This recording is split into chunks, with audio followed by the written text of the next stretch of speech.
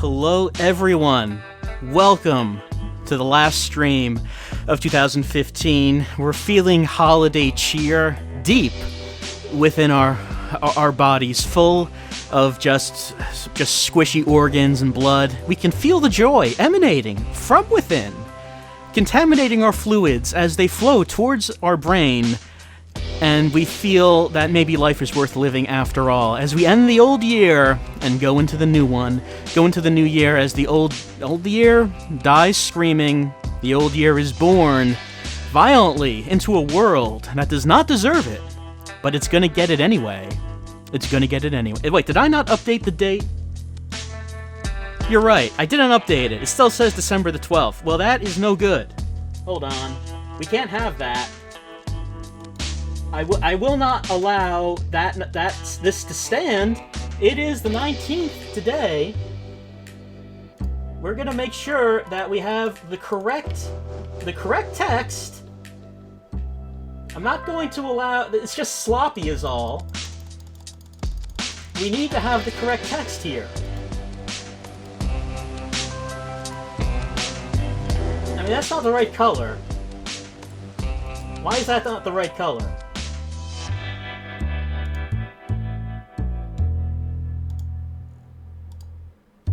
Well, at least there's an outline there now. There. It's good enough. December 19, 2015. So sloppy, just unprofessional on my part. What kind of stream am I running here? I should be ashamed of myself. But I gotta put that in the past. Just like 2015 is going... Yes, that's the year. It's the year 2015, and technology really has not increased at all. The future is disappointing. But that year is ending. We're now going into the year 2016, and hopefully things will go much better for us than they did in this past year. But you know, on the stream... We've completed some games this past year. Of course, we just completed Shenmue. Before that, another lengthy game we completed was Laser Lords. So we're taking a little bit of break before we enter the vistas of a new game to play. And I thought that since it's the last stream of the year, and since we were in the middle of games, we might as well do something a little bit different and return to a story stream, which we haven't done in a little while. I can't remember if the last one we did was Death Comes to the Matinee, or if it was Wario Date, or if it was House of Hell. But it's been a while since we've done one. And since it is that time of year, it's time to check in with Santa. That's right, the story we're playing comes to us from Clickhole, and it is... You're Santa, can you master the sleigh and deliver the gifts to all the good boys and girls? And the title does not fit on the stream, that's okay. That's fine. We are Santa. We are the collective Santa. And I think we're going to need some appropriate music. Yeah. So, you know, since we're doing a Christmas-themed story, I think that it's only appropriate to play some Christmas music that's been slowed down and pitched down a whole lot.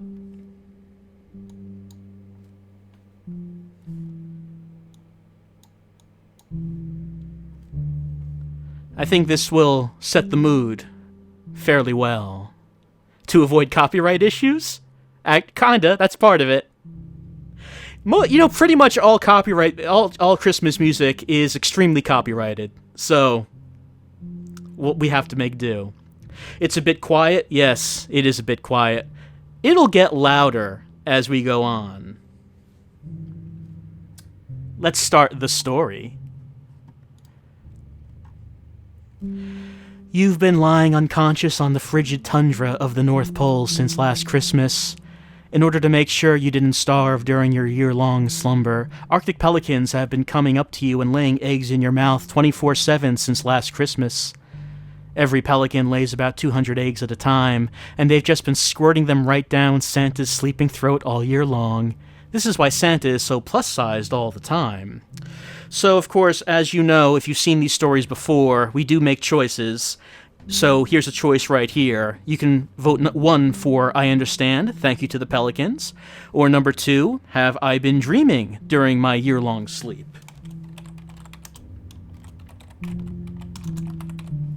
These story streams always full of choices, so there will be a lot of votes taken during tonight's stream, and it's pretty even so far between people who want to thank the Pelicans and people who want to know if Santa has been dreaming during the year. And for people who said the music was quiet, I know. I can't really make it any louder than this right now, but it will get louder by itself. Oh man, this is such a tight vote. Chat, you have to decide what's more important, thanking the Pelicans or knowing if you've been dreaming. And the people voting for 5, 7, and 10, that's not going to do anything. It looks like number 2 is winning. So that's what we're going to do. Number 2. Have I been dreaming during my year-long sleep? Oh my, isn't he happy?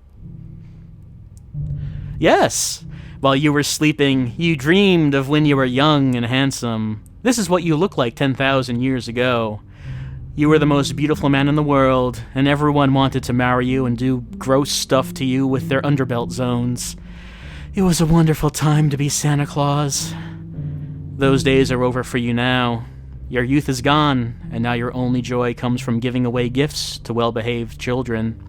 Spade, you want me to scroll back up? What, to him? Yep, that's young Santa. That's what he looked like. Happier times. Happier times. We will continue sleeping. There we are. You continue lying unconscious on the sub-zero tundra of the North Pole. You burp and sneeze in your sleep. A tour bus full of Japanese tourists drives by and everyone takes a picture of your motionless body. Suddenly you feel a wet flipper jostle you awake. We will wake up and see who's jostling us.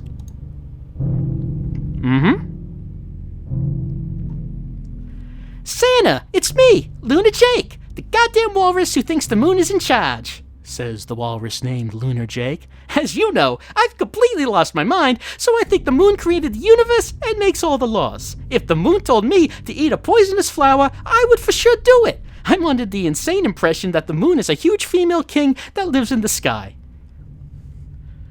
No choice here, just a response.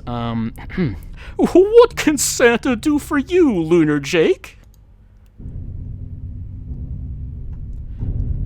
Well, Santa, you told me to wake you up when it was Christmas Eve, and that's today, says Lunar Jake.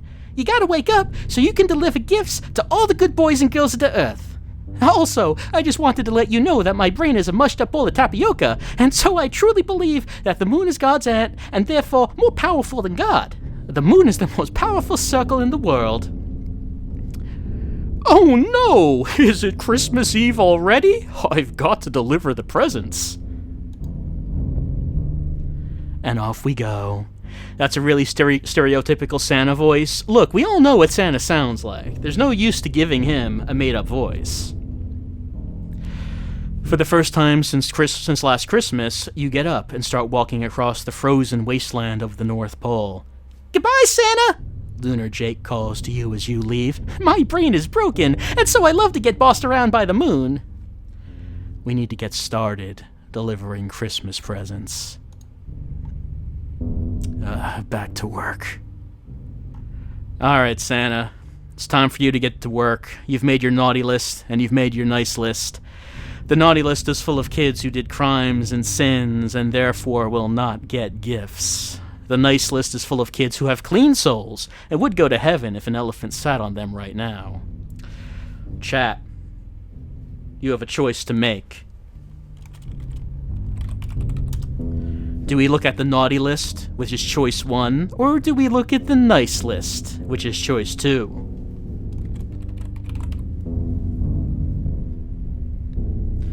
Overwhelming votes for the naughty list. Oh, it's quite sizable. It's quite a tome. Here's the naughty list. It's huge. Children have been miserable this year. They have cockroach hearts and perpetuated all manner of misbehaviors all day long. There are nearly 2 billion children on the naughty list. Chat, once again.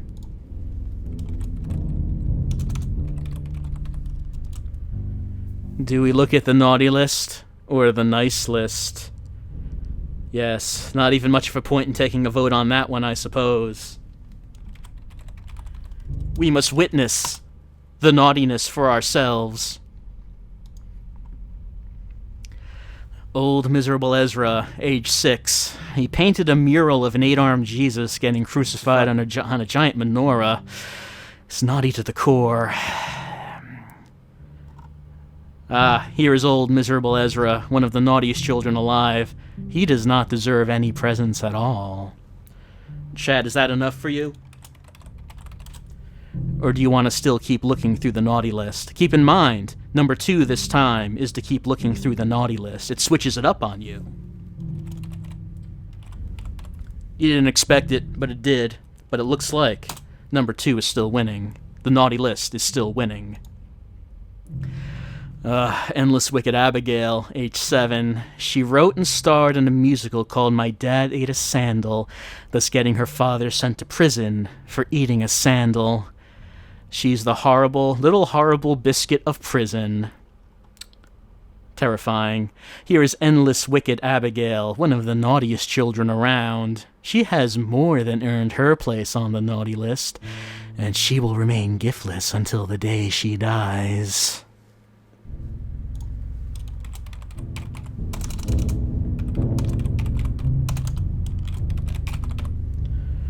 You want to keep looking, chat? Do you want to see the crimes of the Earth's children yourself? Or, no, it looks like you still want to see these crimes. Alright, that's what we're going to do. The 4 idiots. Their ages are 4, 5, and 6. Their crime is swords. They are truly the naughtiest tribe. Horrible. Here are the 4 idiots, a roving gang of naughty children who have caused nothing but sword mischief since the day they were born. They won't get any sorts of gifts at all. That's enough of the naughty list for now. If you read it all, you'd be here forever, because most children have disaster souls. Let's stop reading the naughty list and look at the nice list.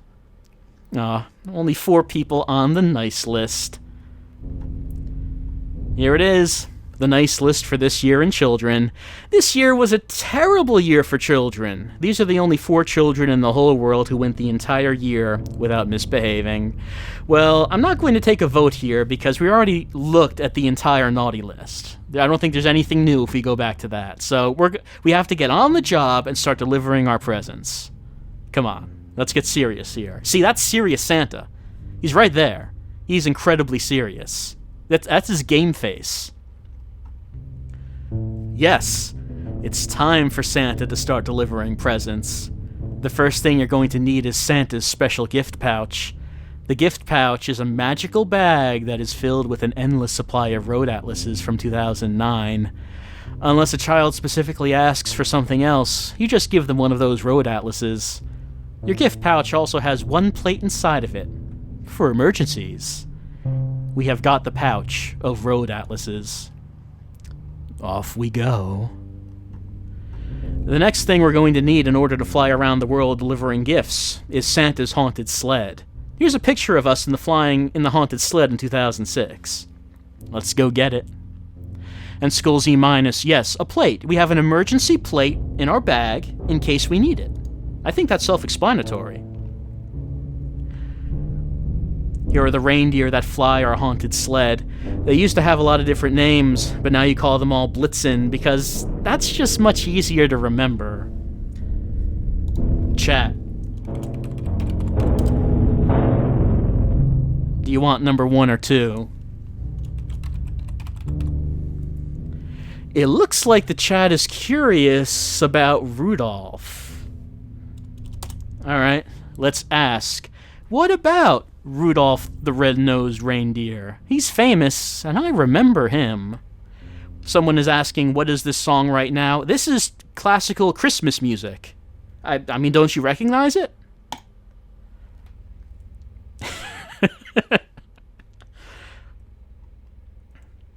Rudolph the Red-Nosed Reindeer's bright, terrible nose attracted huge swarms of moths as you flew through the air. It made it very difficult to see where you were going, because every Christmas, Rudolph would flash his idiot nose, and your sled would immediately be engulfed in a cloud of moths. One year, Rudolph's bright nose attracted so many moths that you couldn't see anything at all, and you crashed your flying sled into St. Microsoft's orphanage for extremely flammable children. There were no survivors. Needless to say, the Supreme Court ordered you to eat Rudolph the Red-Nosed Reindeer live on The Charlie Rose Show. He is no longer part of your reindeer team. That seems like the court is legislating from the bench, I see. But let's say that we understand now. Here we are. Alright, Santa. We have our magic gift pouch, and our reindeer are all hooked up to our haunted sled. You're all set to fly into the sky and give presents to well-behaved children. Chat, do we want to say goodbye to Mrs. Claus, or do we want to take off?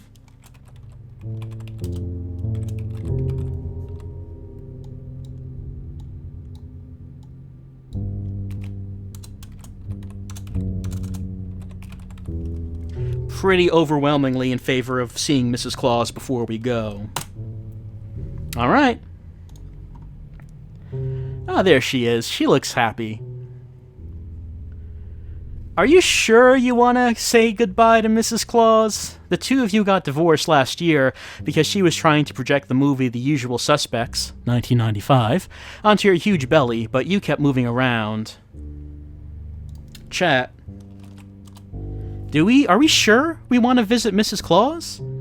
Sounds like relations are strained. The chat looks like that they are saying yes. We must visit Mrs. Claus.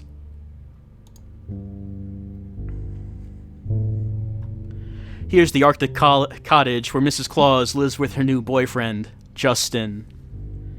Chat. One last chance to step back and get back to our job. Are we sure we want to visit Mrs. Claus and her new boyfriend, Justin? I mean, it's up to you.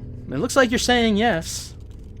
Alright, let's head on in. I mean, it's a busy night for us, but if you want, I guess we're just going to shirk our duties so we can visit Mrs. Claus. There they are. You enter the house and see your divorced wife, Mrs. Claus, arm in arm with her new boyfriend, Justin. "Hello, Santa," says Mrs. Claus. "We're divorced." "Hey there, big man," says Justin. "So good to see you. I love your divorced wife. We like to kiss each other during snowstorms." Chat, we have a choice. Which type of greeting do we want? I mean, number one, we address both Mrs. Claus and Justin, and number two, we address just Mrs. Claus. Yeah, number one, I think, is the polite one. We shouldn't ignore Justin. "Hello, Mrs. Claus. Hello, Justin. I'm divorced. My name is Santa Claus." "Yeah, we know," says Justin. "How are you doing, Mrs. Claus?" "Things are going great for me, Santa," says Mrs. Claus. "Justin and I are so happy together, and we were recently voted Most in Love in last month's issue of Elderly Arctic Couples magazine." Well, chat. We have a choice on how we want to respond to this. One or two, chat. What do you think is the proper response?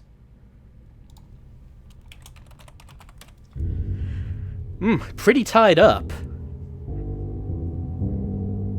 It's pretty even. Some people want to beg for Mrs. Claus to take us back, and others want us to just go straight to work. It's really tied up. Some people want to move on, and some people want to hold on to the past. Going back and forth. The struggle in Santa's mind as he's trying to figure out what is the correct option to take. As he stands there, wrestling with himself as Mrs. Claus and Justin wonder if Santa is doing all right. Okay, I think I'm going to end it 3, 2, 1. Number 2-1. Well, congratulations. It must be wonderful to be in love. I'm going back to my sled now. Alright. Just forget about the past, Santa. We have to look at the future. You leave Mrs. Claus behind and return to your sled. It's time to make Christmas Eve happen to everyone. Okay, we're going into the sky now. There we go. On Blitzen and Blitzen and Blitzen and Blitzen. On Blitzen and Blitzen and Blitzen and Blitzen. You shout to your reindeer as they carry your haunted sled away into the sky. You're on your way! It's time for Santa to slither up and down chimneys like a snake, giving gifts to all the good boys and girls of the world. Let's blast off into the Christmas Eve night. Alright, here's our list. Alright, Santa, it's your job to make sure all these well-behaved children get their presents this Christmas. It looks like the first child on our nice list is little sweet Cindy O'Clair. Let's fly to her house. The music's kind of loud now. Yep, I mentioned that it would get louder. I can turn it down a little. Alright, it's now turned down a little. Oh, what a nice house. What music is this? I mean, this is traditional Christmas music. You know, Christmas music. You arrive at the house of little sweet Cindy... Oh, people still hardly hear it? I don't know, getting conflicting messages about whether or not people can hear this music. I'll turn the volume back up if people can't hear it. You arrive at the house of little sweet Cindy O'Clair. The entire little sweet O'Clair family is asleep, so it's time to go inside of their house and leave a gift for little sweet Cindy. I've never had to say little so many times. Let's enter the house through the chimney. There we are. We jump down the chimney and enter the house of little sweet Cindy O'Clair, and let us find the tree right away in the responsible manner expected of Santa. It's very decorated very nice. It's very cozy. You approach the Christmas tree. It's time to put presents underneath it using Santa's world-famous pouch. 2 options, chat. Do we want to look at the letter that Cindy sent us, or do we just want to leave her 2009 Rand McNally Road Atlas? It looks like everyone is saying choice 1, which makes sense. I mean, we only have 4 people to deliver gifts to, so we can take our time, I think. We're in no rush. Dear Santa, this is the legendary little sweet Cindy O'Clair. I am 8 years old, and I am sweet as a July vegetable. For Christmas, I would like a photograph of bread. Do not bring me actual bread, or you will break my sweet little huge innocent heart. Love, little sweet Cindy O'Clair. Aw, little sweet Cindy O'Clair's letter is truly adorable. For Christmas, she wants a photograph of bread. Unfortunately, we don't have any photographs of bread in our pouch. We have to go find some bread and take a picture of it. Chat. Do we go to the grocery store to find some bread to photograph, or do we just leave a road atlas? How much pride do you have in your job, chat? In your job as Santa? Well, it seems that you do have some pride because we're overwhelmingly voting for choice number 1. Let's go to the grocery store. Off we go. You climb back into your haunted sled and fly away into the night sky to go to the grocery store. Chat, what do we yell as we take off? What do we call out over the town? What do they hear echoing as they look up into the night sky and wonder, was that Santa? You know, looks like people are voting mostly for choice 1. Hello, world! This is Santa Claus from Christmas. I'm flying through the sky on my way to the grocery store. I'm divorced, he proclaims as he flies to supermarket. You arrive at the grocery store called Supermarket.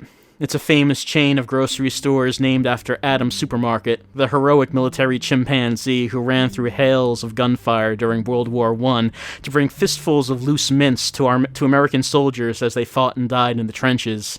Adam Supermarket remains the only American chimpanzee to ever be eaten by a sitting U.S. president, and this national chain of grocery stores bears his name to honor his heroic life. Yes, in America, we honor our soldiers very greatly. Adam Supermarket is a national hero. All American children know of him growing up. We learn about him in school. There's a man here. There is a grocery man standing at the door of the grocery store. "Hello, Santa Claus," says the grocery man. "Merry Christmas and welcome to Supermarket." Chat, we have 3 choices. How do we respond?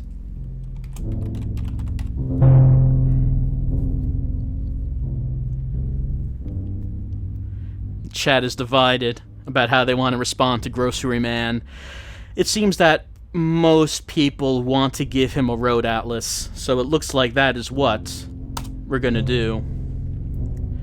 "Merry Christmas, little boy! Have a road atlas." There it is. The fabled road atlas. You reach into your gift pouch and pull out the 2009 Rand McNally Road Atlas, America's #1 outdated road atlas. "Wow! Thanks, Santa!" says the grocery man. You've really brightened his day. Let's go inside.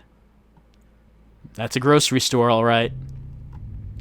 You're inside the grocery store called Supermarket. It's filled with families who love to spend Christmas Eve holding hands in the grocery store. You've got to find the bread so that you can take a picture of it for little sweet Cindy O'Clair. Chat.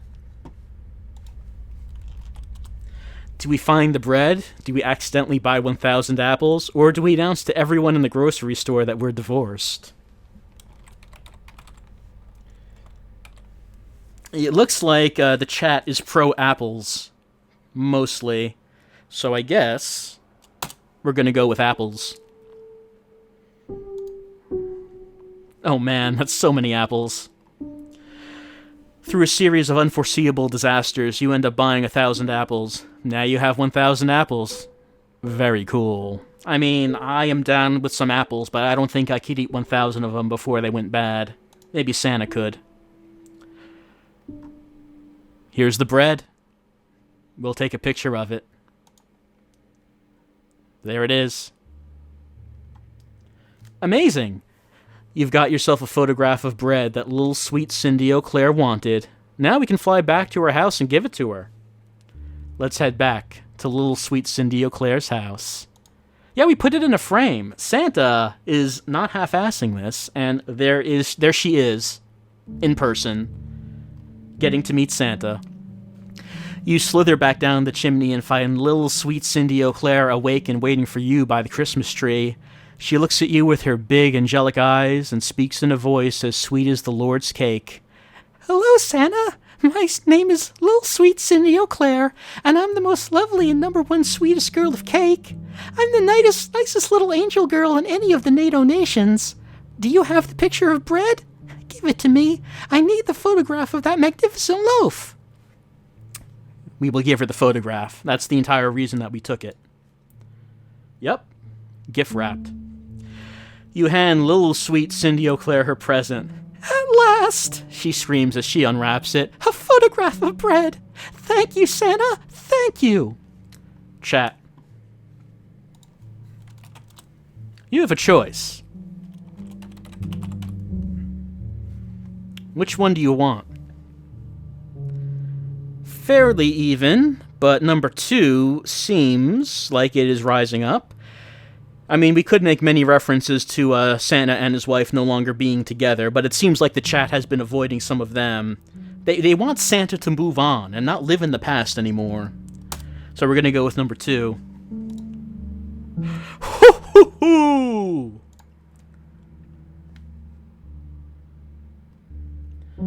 There is a blinding flash of light, and you hear little sweet Cindy O'Clair scream, "Finally!"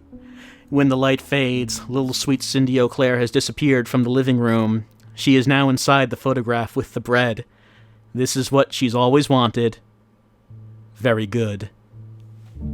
Let's slither back up the chimney. That's one present down. Now it's number 2. It looks like the next child on the nice list is Ormel Lozenge. It's a very practical house. You arrive at the Lozenges family's windmill. It is a duplex windmill, with one family living on the left half of the windmill and another family living on the right half of the windmill. The Lozenge family currently shares the windmill with a goose. They get along very well. It's time to get in there and bring a gift to the well-behaved Ormel. I mean, we're going down a chimney, but you wouldn't really think a windmill would have that. You find yourself in an empty white space. There doesn't seem to be a Christmas tree around here, or any furniture for that matter. Just a strange white expanse. The only choice is to look around.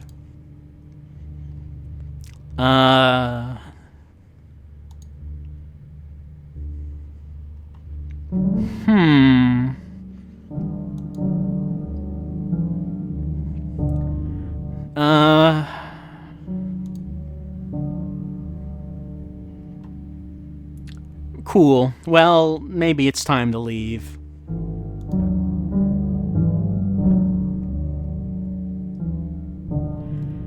Hello, my new best friend. You are doing a trespass to Almo's duplex. Have you come to do a kidnap on Ormel? Ah, here is Ormel. Chat. How do we greet Ormel? Pretty divided. I mean, obviously, when you talk to Ormel Lozenge, you have to choose your words carefully, I suppose. But Santa just standing there, undecisive of how he should greet Ormel. Alright, I think they stopped going up, so it looked... Oh, hold on. No, I was about to press enter, but then number 2 came right back up, and now it's a tie. Now number 2 is in the... No, now they're tied again. Now number 2 is in the lead. Okay, is it going to go back down to tie? Or... Okay, no.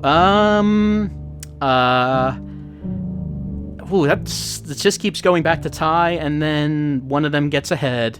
And if I press enter right now... Yeah, number 1. That's what we're going with. Hoo-hoo-hoo! Merry Christmas, Ormel!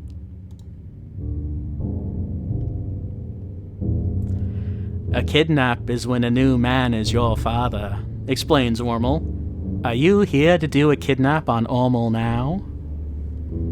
Of course not, Ormel. I'm here to give you a present. A present for Ormel? Ormel has never gotten a present, except for the one special day when the luxury possum threw an apple at Ormel's head last year, when Ormel went into the forest at night to sing a lullaby about shoes to all the animals. A new present for Ormel from his best friend would make Ormel so happy. Well, have you been a good boy this year? Yes, my wonderful friend, Ormel has been so good. This year, Ormel chased all of the owls out of Grandfather's mausoleum with broom, and also when Uncle Marmo's mind exploded, Ormel put Uncle Marmo out on the front porch for the luxury possum to eat. Chat.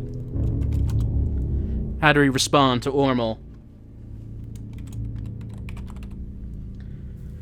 It looks like that the chat wants to know about what other good things Ormel has done. Well, Ormel seems like a fascinating kid, so let's find out about what other good things he's done.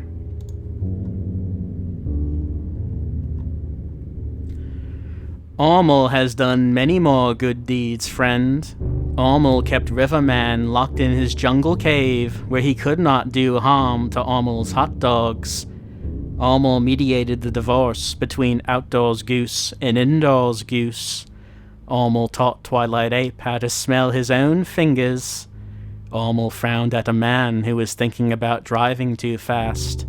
Almal learned 3 new calculator tricks and did them for girls in the television.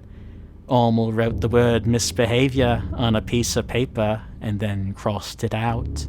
And so you see, wonderful friend, Almal has done so many good deeds all year long. Almal deserves to have a present. Well, you certainly have been very good this year, Ormal. What sort of gift would you like from Santa this Christmas? What Almal wants more than anything is Almal's very own plate. When Almal has his very own plate, he can show it to strong boys at school who are always making hurtful words to Almal. Almal can say, "Here is a plate just for Almal," and now Almal will eat his lunch of feathers and oats off of his very own plate. And then the strong boys will stop making Almal have a hurt in his heart, because they will see that Almal is cool boy with his very own plate. And then Almal will be friends with strong boys, and life will be sweet as feathers and oats forever. We only have one choice here, chat. We have an emergency plate with us, and we're going to give it to Ormal. There it is.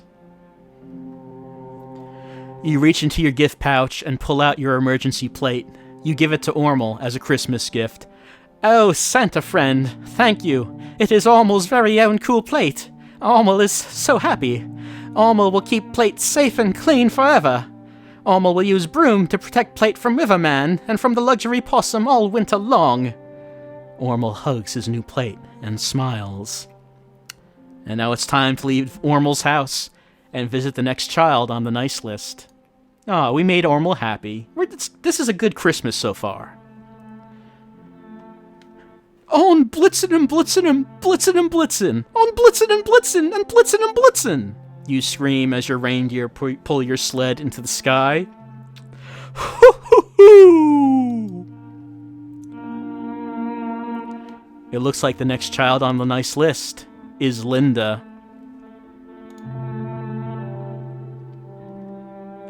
Here is the house of Linda. You have heard many strange rumors about Linda.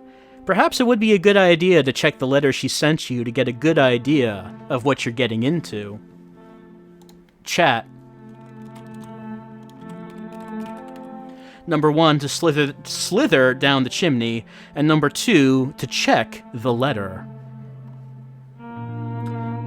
It looks like it's overwhelming that we want to check the letter. That's a good idea. Let's check it. Hello, Red Jacket Man. I am what is called Linda. If you're delicious, then I'm going to eat you. All the best, Linda. Alright, this letter is very informative. Well, we can't run. It's our job. Linda's been good, so we have to give her a gift.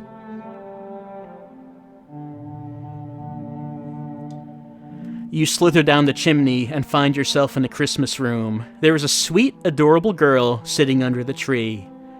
"Hello, Jacket Monster. I am the child called Linda," she says. "Are you delicious?"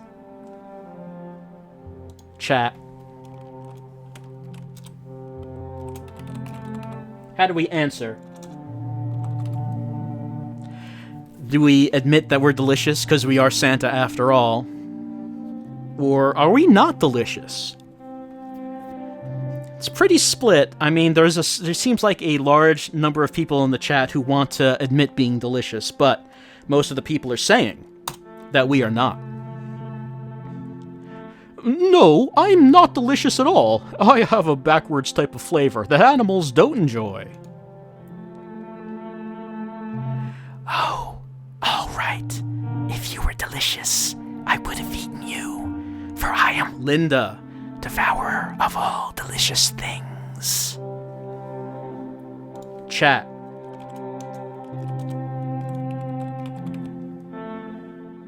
How do we respond to Linda? Yeah, it looks like most of the chat wants us to change the subject and ask what she wants for Christmas. Let's do this.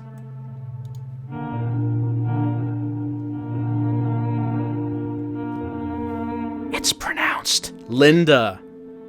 Sorry, what do you want for Christmas? Linda.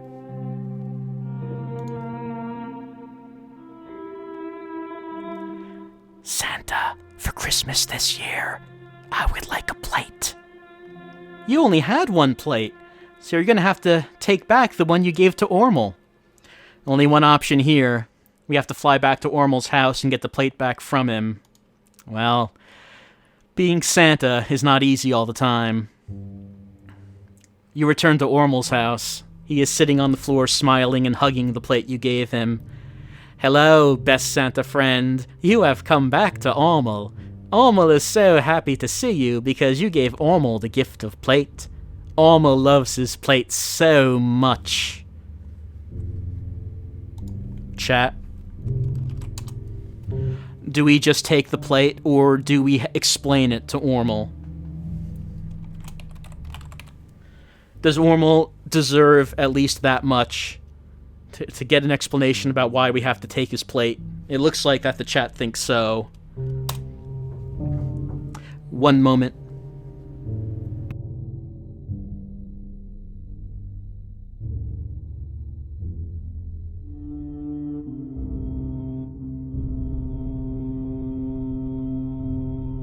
Hello everyone, welcome back. Sorry, I just had to take something for a moment, interrupting our story. But before the break, we picked number 2.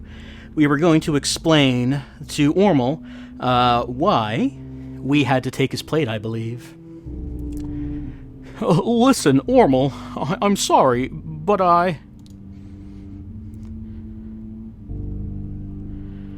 Here are Ormel's coins for you, says Ormel, placing some money into his hands. Friend should have all of Ormel's coins because he is so kind to Ormel. Chat. Do we take the plate, or do we continue trying to explain to Ormel that we need to take it?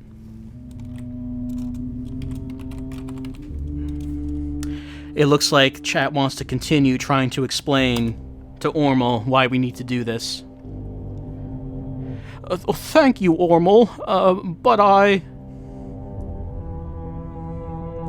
And here is statue of you that Ormel made out of the wood of Ormel's favorite log, says Ormel. See how he is holding a present? It is much the same as how you gave present to Ormel.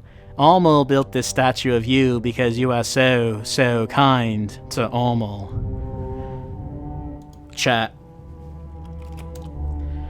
We just can't seem to get the words out. Which do you want to go with? Do you want to take the plate, or do we continue trying to explain to Ormel the necessity of what we need to do?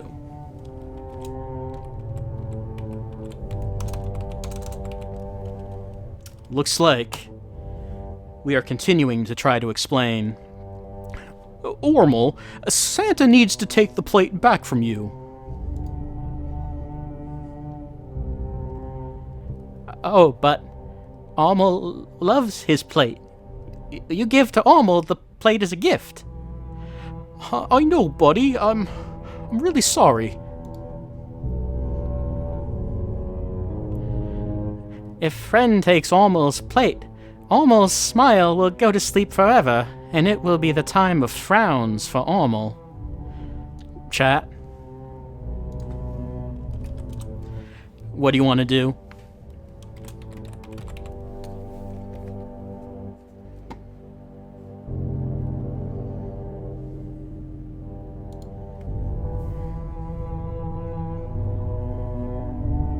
It's pretty even.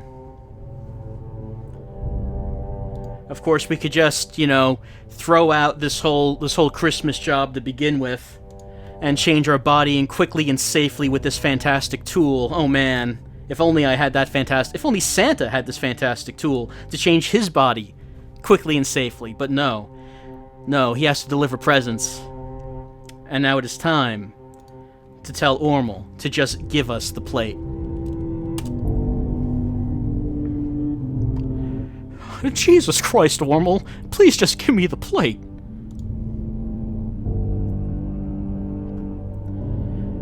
Well, if friend needs plate, Then Ormel will give plate to Friend, because when Friend is happy, Ormel feels a song in his neck. Ormel gives his plate a kiss and hands it to you.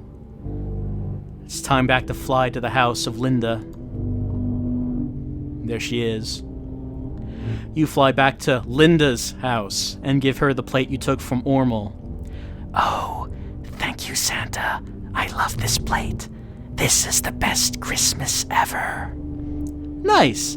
You've delivered a present to Linda. Time to move on to the next kid. Let's fly away.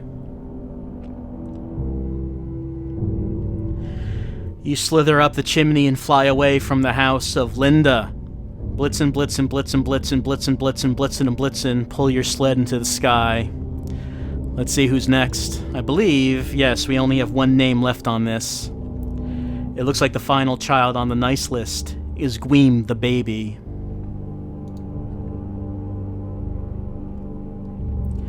On blitzen and blitzen and blitzen and blitzen. On blitzen and blitzen and blitzen and blitzen. You yell to your reindeer as they carry you away into the night. You fly through the sky on your way to Gweem the baby's house. Chat? What do we cry out into the night as we fly to the next and final house? Number 2. My wife and I live in different houses. Oh, fancy house. You arrive at the home of Gweem the baby. It looks like it's one of those houses that has a bunch of giant turrets and no chimney, so you're going to have to find another way in. Chat, we have 3 choices. We can knock on the front door, we could demolish the house and then rebuild it around ourselves, or we could construct a Trojan horse and then hide inside of it, thus tricking someone in the house to bring us inside undetected. All of these are great ideas. Santa is indeed a crafty fellow. But it does look like one is winning. Number 2 is winning. Number 2 is the one that is winning. So that means we are going to demolish the house and rebuild it around ourselves. There it goes. You hire a construction crew to demolish Gweem the baby's house. It crumbles into a pile of rubble. Let us walk into the rubble and rebuild the house.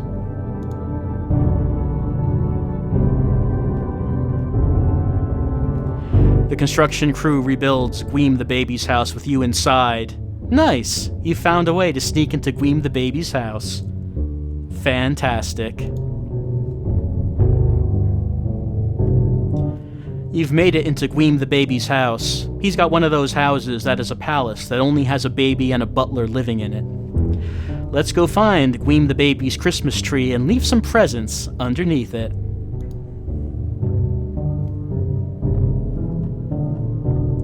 Ah, here is the Christmas tree of Gweem the baby. It's in a weird candle room. It looks like the kind of room where the devil would teach a sultan how to turn his head into a flailing upside-down horse's leg in exchange for his soul. It's very beautiful. I guess it does kind of look like that. Well, I can't seem to get it on. There we go. Yeah, I guess I could imagine that. Let's approach the tree. Not so fast, Santa! Booms a deep voice behind you. Chat. Do we spin around quickly or spin around extremely slowly? Looks like the chat wants to spin around slowly.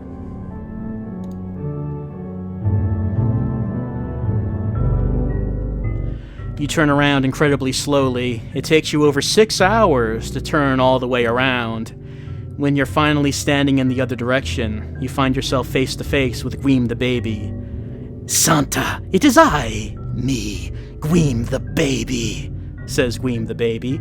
I am the magnificent baby from the newspaper, the one who has the crown. Chat. How do we respond to Gweem the baby? He is the famous baby from the newspaper. He wears the crown. How do we respond to such magnificence?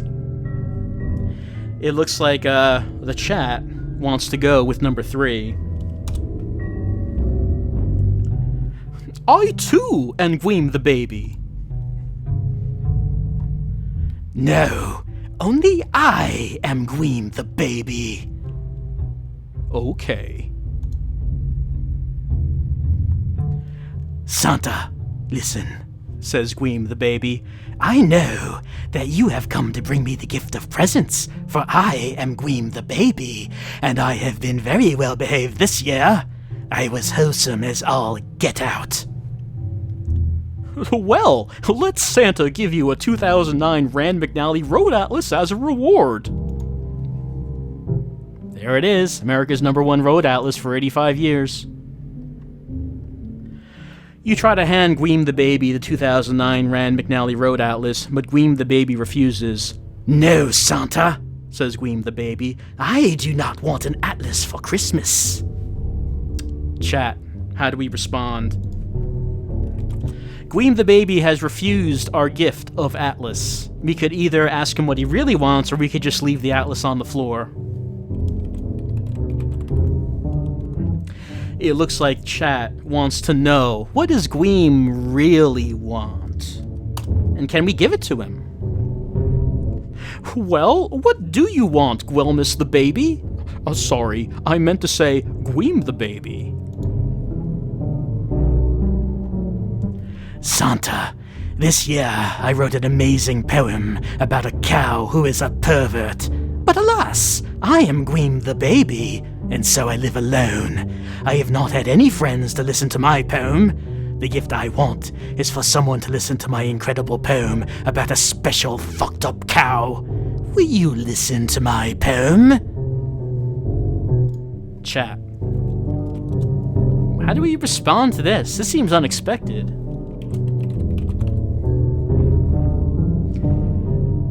It looks like people really want to listen to this poem.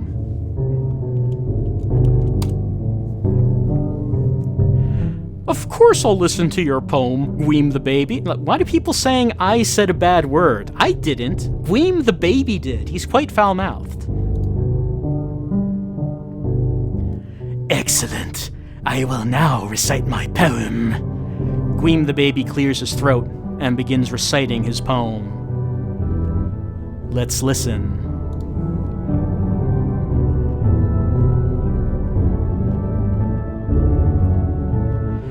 Okay. The Cow Who Milked Himself, a poem by Gweem the baby. I saw a cow waddling upright on 2 legs, and he came up to me, and he squatted over a bucket, and he looked me in the eyes and said, "Here comes a white-hot jet of my cold, refreshing milk." And the cow took off his suspenders, and he grabbed his own udders, which are usually found on lady cows, but he had 'em. And he tugged on his udders and milked himself, and he shot jets of cool, refreshing milk into the bucket, and the bucket was full of milk, and there were bugs and fish swimming in the milk, and the bugs and the fish were friends in the milk, and the bugs drowned, and the cow kept tugging his udders, and squirting a flood's worth of his own milk into the bucket. And he was screaming while he milked himself. He screamed things like, "I'm king of my own milk." And when the bucket was full, he kept milking himself, and he milked himself too much, and he became all dry, shriveled like a raisin. And soon the only thing that was coming out of his udders was sand. But still kept milking himself and squirting sand out of his udders into the bucket, and everyone was begging him to stop because he looked sick. But he just said, "Quiet, you sons of bitches, and let me squirt lightning hot jets of my own yogurt into this bucket." And he kept milking himself, and he kept calling the milk his yogurt, even though milk and yogurt are 2 different things. And he said things like, "I'm in love with my own yogurt," and "A pelican just drowned himself in my yogurt." And he just kept milking himself and milking himself. And then he died, because he had milked himself so much that he was just a skeleton with cow's skin stretched across it. And the city built a parking lot on top of his carcass. And it was just a beautiful time to be alive. The end. We have 3 ways to respond, chat.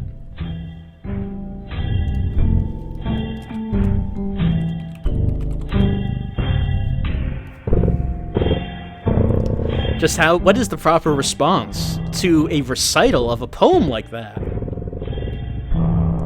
It's pretty even.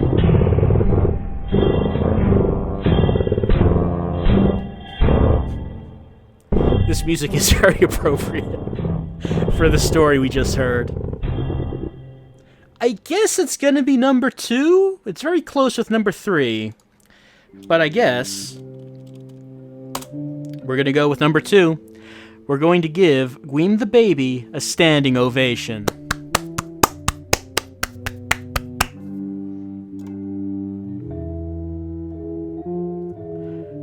Santa, thank you so much for listening to my beautiful poem, says Gweem the Baby.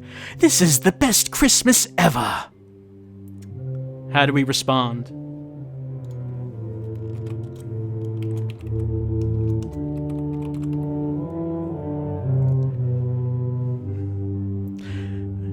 Looks like the chat wants us to respond with the way that Santa always responds.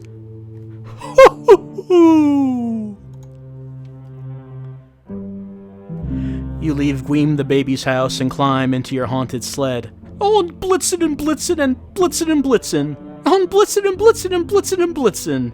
You shout as your reindeer drag your sled into the moonlit Christmas Eve sky.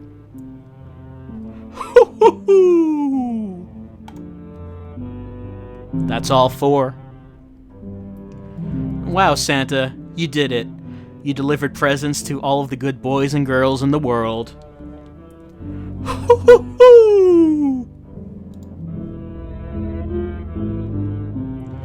All over the world, the spirit of Christmas is spraying all over the place and getting all over everything.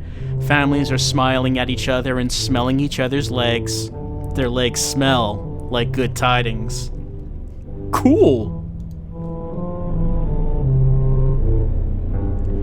There is love in the sky as families gather around the Christmas tree to announce that they are switching religions. It does sound festive. And Christmas carolers are wandering into the woods to scream Christmas carols into a megaphone. Joyous songs like Hark the Angels, Lords, the Trumpet March of Thee and Gorgeous, and Our Lord was crucified while wearing a tie. It's beautiful.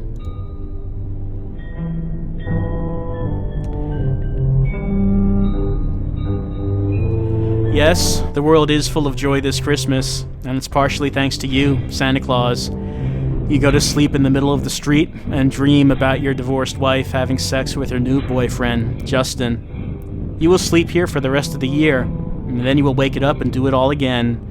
And so it shall be eternally, because you are Santa, and you are doomed to this prison of Yuletide joy forever. Merry Christmas, and Happy Hanukkah. The end. What are the tags to this? Friends, wow, incredible, divorce, adventure, great, good, can you do it? So good. Christianity, Christmas, holidays, Santa Claus, gifts, not bad. Ormal, presents, gift giver, good boys and girls, Sleigh, reindeer, and Justin. I like that Ormal gets his own tag. Wow, that story, didn't really expect it to go that fast. It's only been an hour.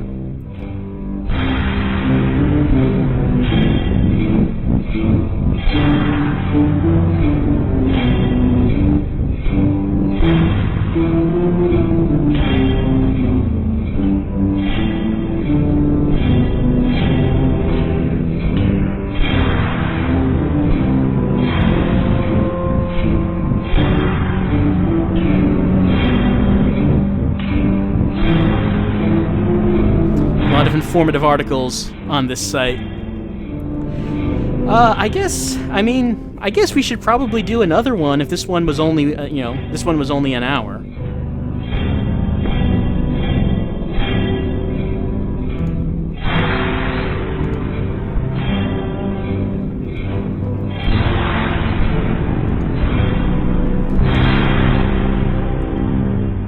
People are saying to do the lemon one. All right, let me see if I can find it. The lemon one. Or some people are saying the island one. Or the bouncer one. There's so many suggestions so far.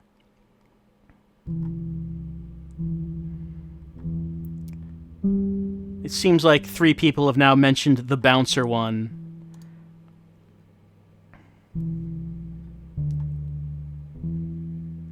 Fix the chat? Oh yeah, there's like a scroll bar.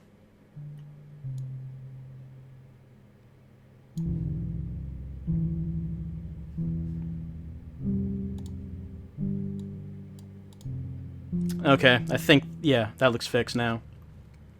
Alright, so there was one about a bouncer that people are suggesting. And I think that I found it.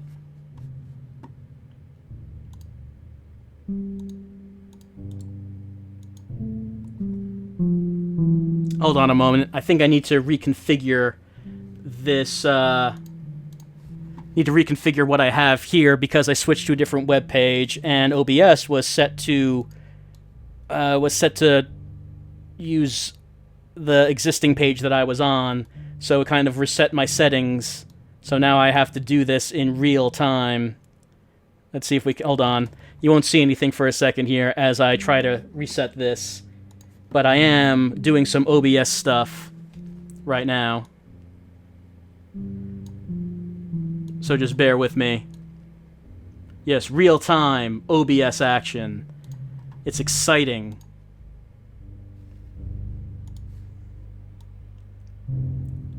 Yes, I mean, when you have to change your stream settings in the middle of a stream, magic is the only way you could possibly describe it, I think.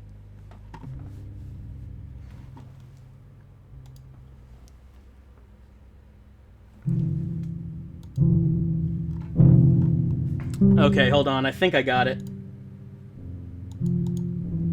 Alright. It's kind of there.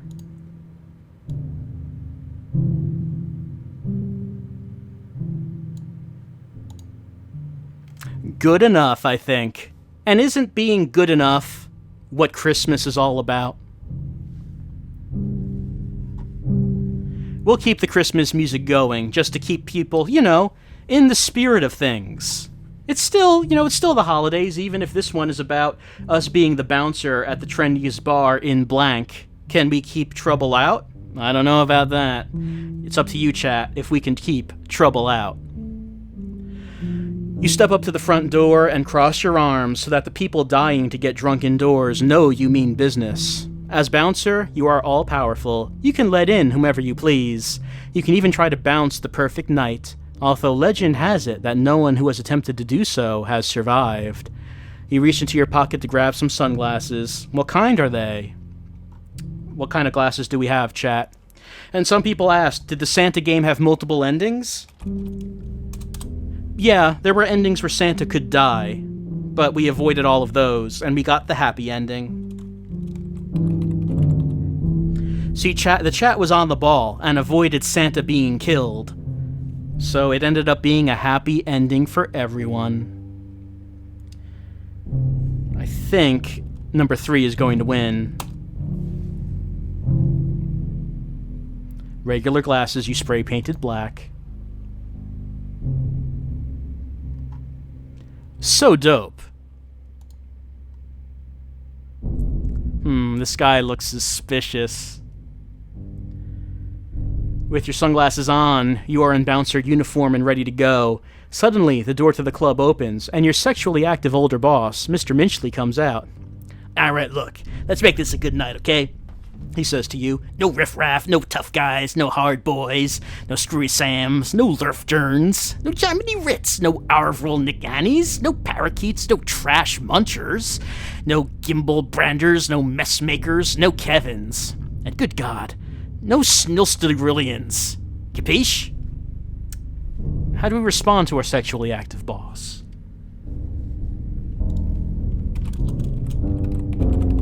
I wonder what we think about his anti-Kevin stance. It looks like we are going to respond with capiche.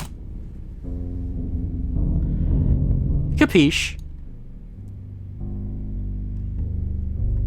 All right, Mr. Minchley says. Now, I'm trying to rebrand this club as not the place where 3 preteens died last week, and I need your help. You nod. It's up to you to make sure that we have the perfect ratio of men to women in this bar. As everyone knows, bars that can pack 80% men, 12% women, and 8% cautious dogs are the most successful. Capiche? Your choice again. And hold on a second. Doing that voice is making my throat itch.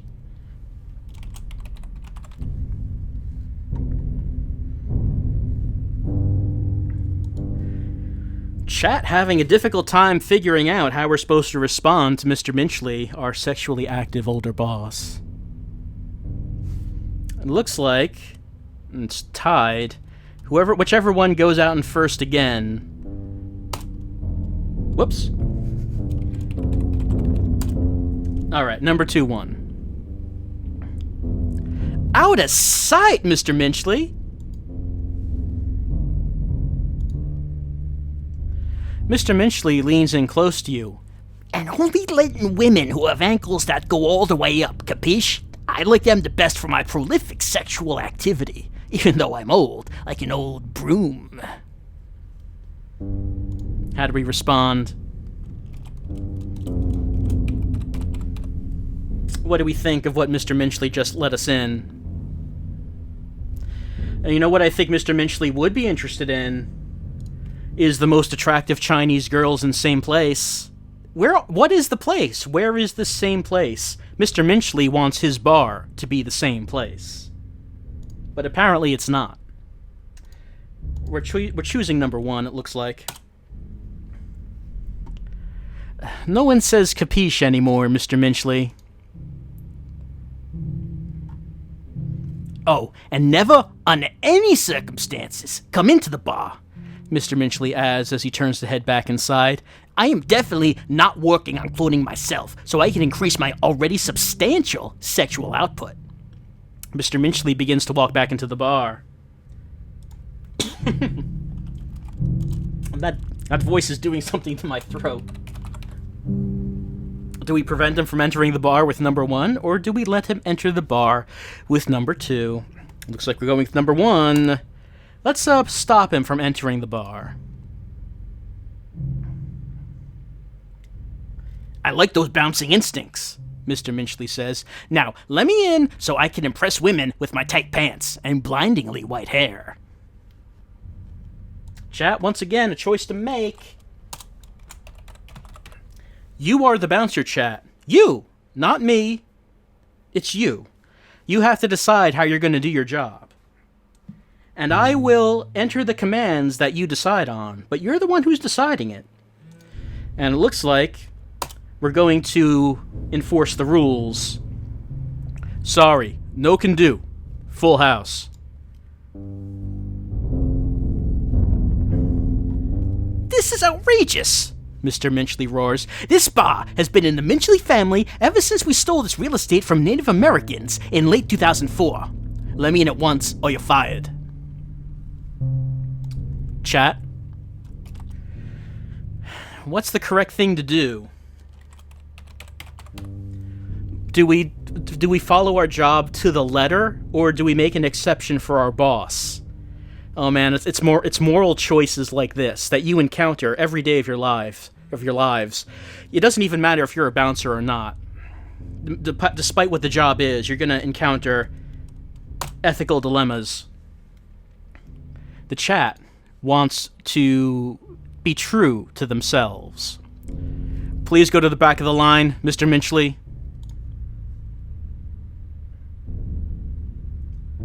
You're fired, Mr. Minchley screams at you. I'll just have to bounce instead. Now you can't come in. Yes, you maintained your bouncer's purity by not allowing anyone in, but at what cost? Now you have no job and can't get into Sexual Bicycle. What is the point of living? Try again. Well, chat, it looks like it was not a test after all. Maybe it was a moral test, but you know. It turns out that if we want to do our job correctly, or rather keep our job, I guess we're going to have to let him enter the bar.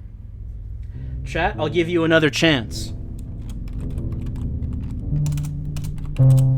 Do you want to prevent him from entering the bar?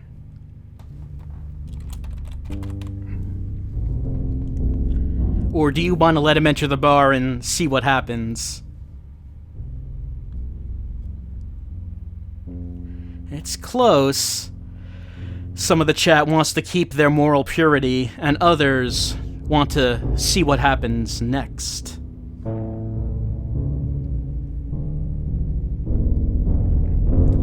Oh.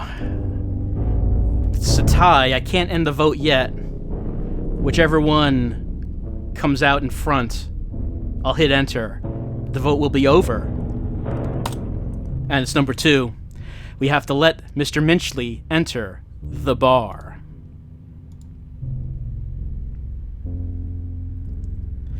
You take a deep breath and unhook the velvet rope to begin letting people into Sexual Bicycle.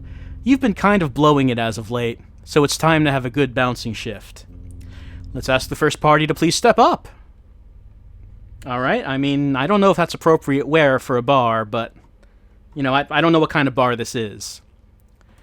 Hi there, the blonde woman says sultrily. My scantily clad friends and I want to go into your bar to drink too much and get sweaty on the dance floor. We want to coat your entire bar in a thick, viscous layer of sweat, says the brunette. And just when you think we're done sweating, we'll start sweating some more, says the woman with the darkest hair. And faster than before. Sweat will be pouring out of our mouths too, adds the blonde woman. It may look like saliva, but that's only because you're used to seeing saliva come out of the mouth. Medically speaking, it will be sweat pouring out of our mouths. How do we respond to them, chat? We do know that Mr. Minchley wants 80% guys, so do we turn them away? I'm not sure. It looks like the chat is following Mr. Minchley's orders. And we're going to tell them, go sweat in someone else's bar, you old hags. The 3 women walk away, and a man steps up next. Hello, The man says, I'm just looking for a nice place to eat this croissant. Can I come into your bar? chat, this guy just wants to find a place to eat his croissant. Do we let him?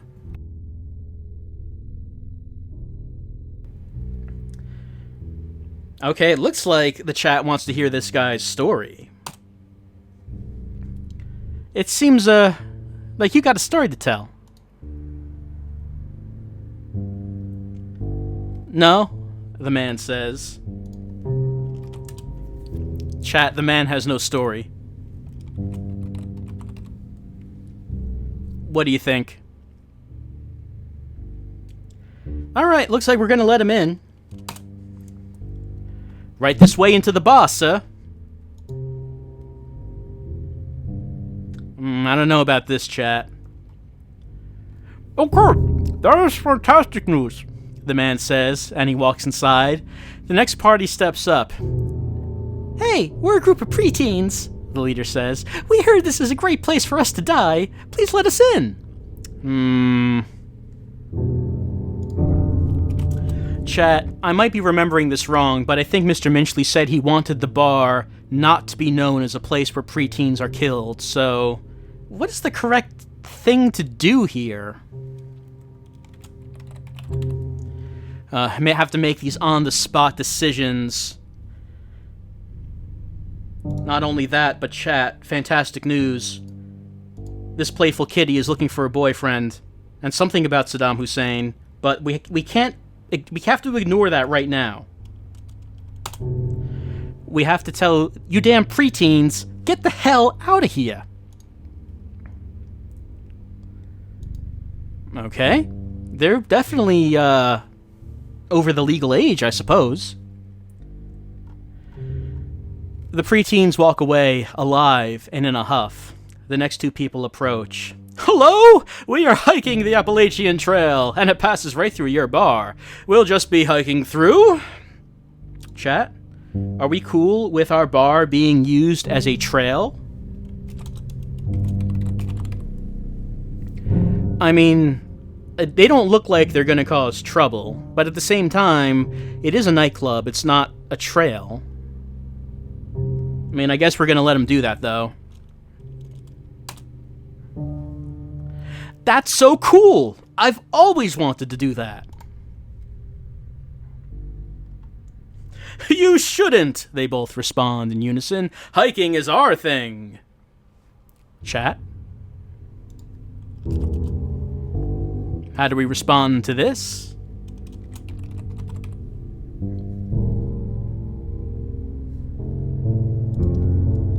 It looks like we're going to definitely not let them in. Well, now you definitely can't come in. But we promised Michael that we would do the entire trail, the man says. All of it. We have to keep that promise. We do not want to upset Michael. He is more powerful than all of us combined. Even you are not safe from Michael, explains the woman. Chat? Do we risk Michael's wrath? Or do we think we could bounce even Michael?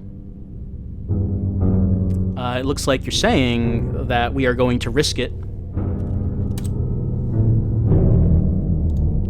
Take a hike, but not in my bar.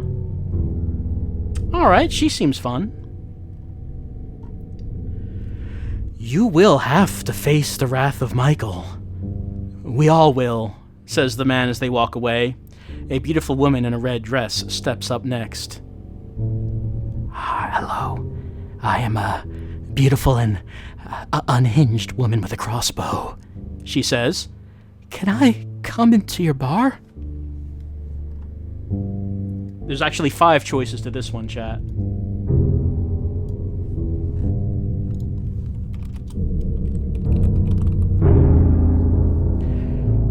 I mean, 4 of them are basically the same thing. But it looks like the chat is interested in going with number 4. We will wipe the steam from our sunglasses, then say, why, certainly, miss. Alright, how about this guy? I wonder if this guy is Kevin. The unhinged woman walks wordlessly into the bar.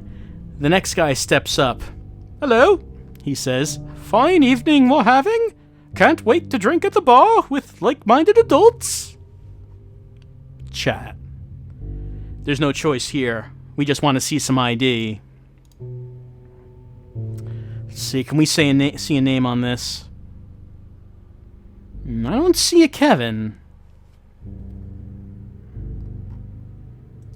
Sure thing, the man says, and he hands you this. Well, let's see. Does it say dead? Let's see. Let's see. Certified copy of entry of death. It does say that. This bouncer is pretty sharp.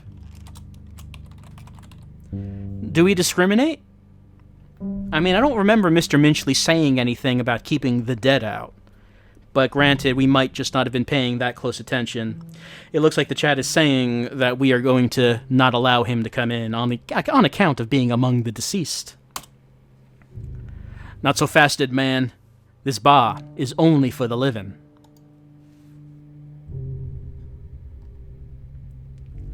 I'm gonna ruin this place on Yelp, the man says, and crumbles into the earth. Next, you say. A man steps in front of you. Hey, I'm Jesse. You probably recognize me. I'm kind of a local celebrity around these parts. Do we recognize him? Chat, do we recognize him? What do we... I don't... have we seen him before? I don't know. Looks like the chat is saying that we don't. Nah, I don't recognize you. Really? Jesse asks. I have an up-and-coming YouTube channel. I'm known for freestyle rapping in various venues around towns, and sometimes I go on the local news to review movies in a segment called Jesse's Picks. Well, chat, have we heard of him?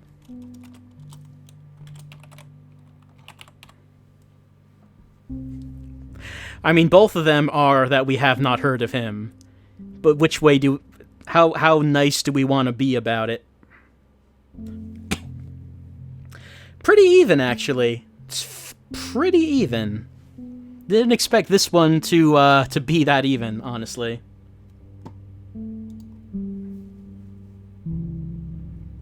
But number 2 is in the lead, so I'm going to say 3, 2, 1, and end. Listen. Don't take this the wrong way, but get lost, you fucking loser. Hey, it's Minchley. Shoulders slumped, Jesse skulks away into the night, completely alone. Mr. Minchley bursts out of the bar, fuming. You insane idiot! Mr. Minchley screams at you. That was Jesse, a local celebrity around these parts. He may have mentioned sexual bicycle on his up-and-coming YouTube channel. How'd you let him in? Only one choice. Sorry, Mr. Minchley. You are on thin ice, Mr. Minchley says. You so much as breathe the wrong way, and I'll have your sunglasses. Then he turns and walks inside. Let's continue bouncing. I know, who even watches YouTube channels these days? It's totally passé. The next guy steps up. Hey, I gotta get in because my friend Brian is already in there. Which do we go with, chat? I mean, they're both kind of the same thing.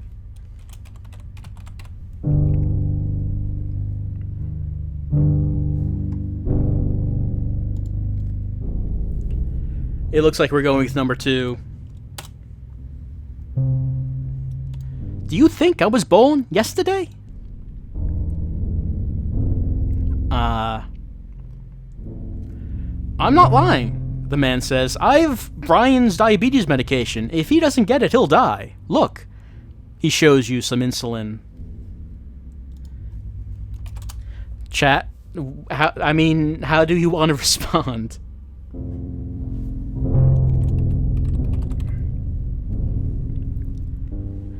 Man, these choices, you can either let him in or let him in but do it sarcastically. These are choices on the level of modern AAA games. Yes, just like Fallout 4, as Dire Sloth mentioned. Who says indie games can't compete with the AAA titles? Let's go with number 2. Oh, wow. So sorry. You can go in.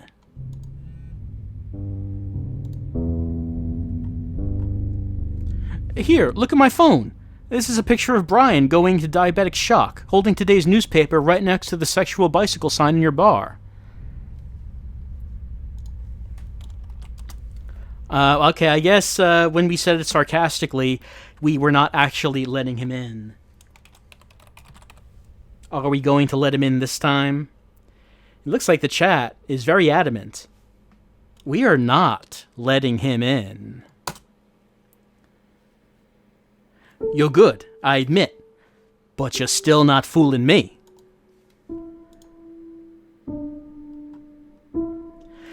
An ambulance pulls up and a team of paramedics get out. We have a call that a Brian is in diabetic shock in this bar, one of the paramedics says. Let us in or he'll die. Chat?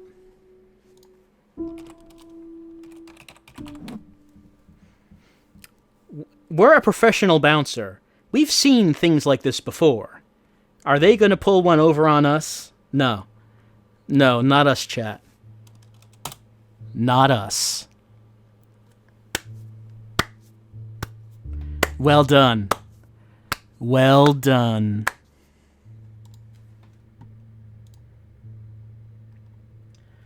A hearse pulls up the block and a mortician gets out. Hello, the mortician says to you. I just got word that a Brian just died of diabetic shock in this bar. I need to see the body. They're persistent, chat. They are persistent.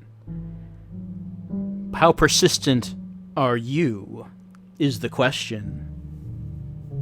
Yeah, the chat is a true professional and will not give in to this pressure.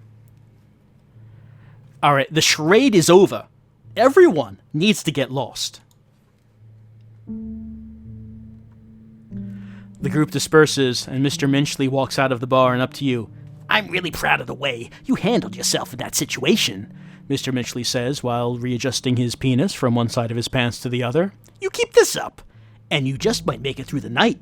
Now, I'm gonna go back inside and continue not cloning myself.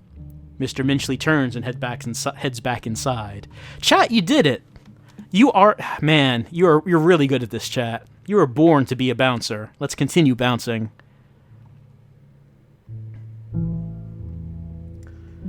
Hi, I'm Lieutenant Fistcorn, and I have a warrant for the arrest of Demi Moore Minchley, owner of this here bar. What's the charge, officer? Demi Moore Minchley has been cloning himself, and he's passed the legal number of clones, which, as everyone knows, is 14 clones. I have to kill as many clones as it takes to get the number back down to 14. Chat, how do we respond to this? I mean, if it is true that Mr. Minchley is cloning himself, that's going to throw off the male-to-female ratio. So I'm not sure what the correct choice here is. It looks like you're pretty sure, chat. It looks like you want to say that doesn't sound like Mr. Minchley. Please get out of my way, or I will have to kill you too. Chat? He does have a gun.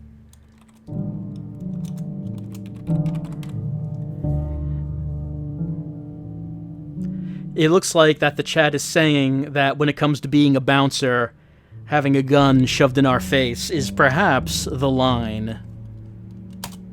We're going to get out of the way. Oh my. The lieutenant walks into the bar with her gun drawn. You follow close behind and are shocked by what you see. Dozens and dozens of Mr. Minchley's grinding, some even grinding on each other. Hey, one of the Mr. Minchley screams. I thought I said to stay out of here. You're fired. Only one choice, chat, and that's to watch as the police officer wantonly blows away a bunch of Minchley clones until the number is pared down to 14. Lieutenant Fistcorn completely wastes 53 copies of Mr. Minchley in totally badass ways, and you are thrilled to see that. She also accidentally shoots the original Mr. Minchley, the one who fired you, so you have your job back.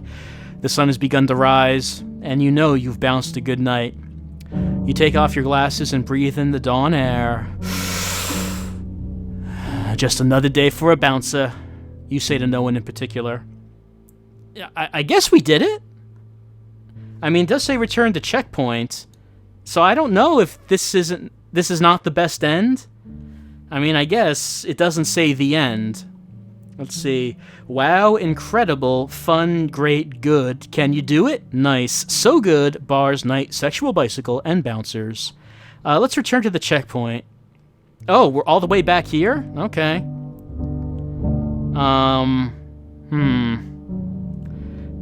Well, chat, do you want to see what the other choices might be? Like,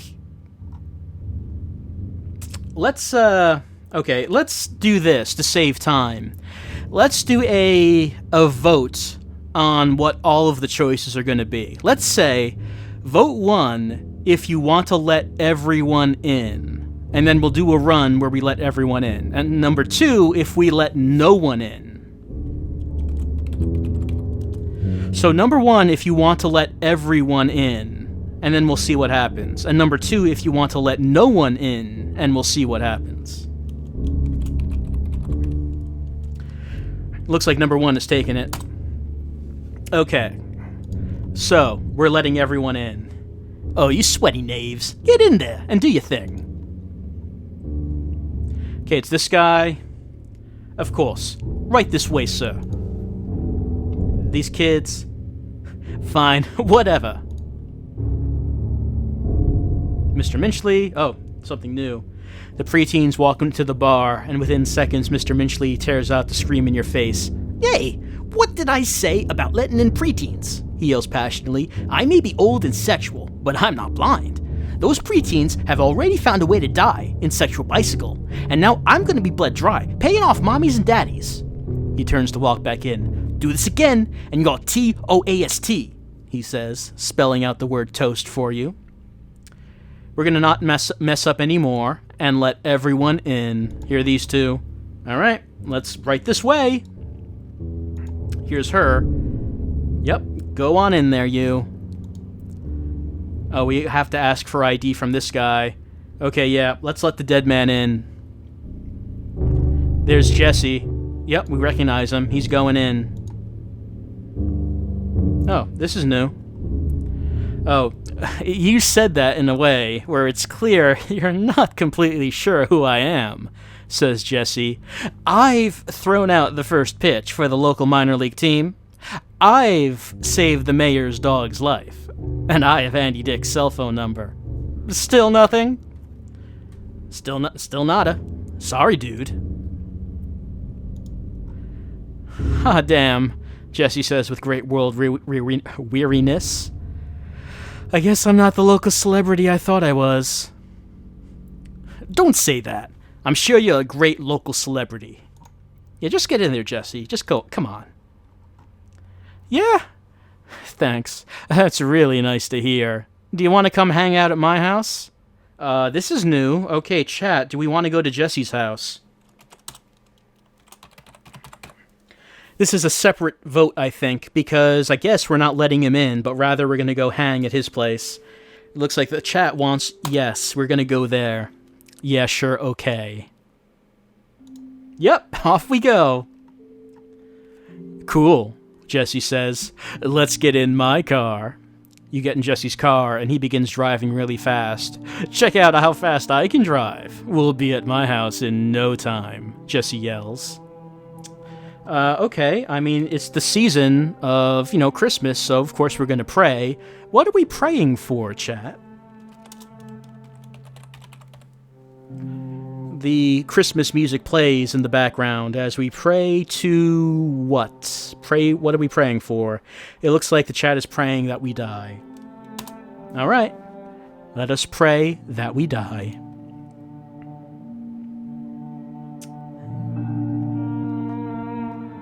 Welcome to my house, or as I call it, the local celebrity hangout, says Jesse. It took us all night of driving quickly, but we made it. I'm so excited for you to see all its cool parts. Let's go inside. Yep, that's my house, right there. It's about right. We are streaming from the room that's right up there. You see that window? That's where we are.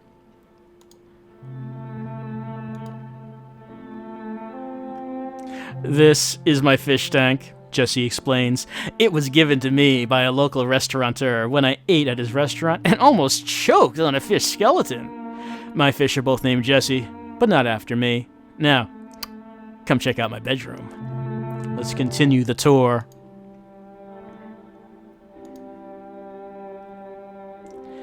This is a poster from Along Came Polly. They shot a few scenes here in town, and I got to be a featured extra. They gave me this poster after I choked on a fish skeleton at the craft services table. I'm kinda known for that around these parts. I reviewed the movie on my weekly movie review show called Jesse's Picks.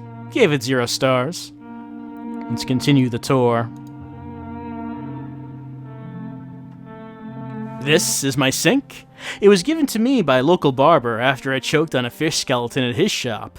I'm so happy that you were in my home. Having a friend is so cool.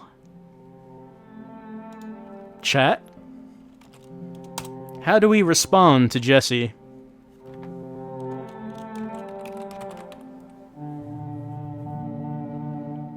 Wow, 0 choices for number 1. So we're gonna go with number 2. Unanimous. As a bouncer, I must always be cool and aloof, so I can't really have friends. Oh, Jesse says. That doesn't hurt my feelings. You can tell it hurts Jesse's feelings. Chat? Do we want to try to cheer up Jesse?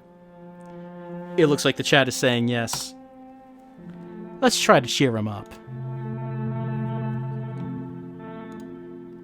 It worked! Okay, cool, great.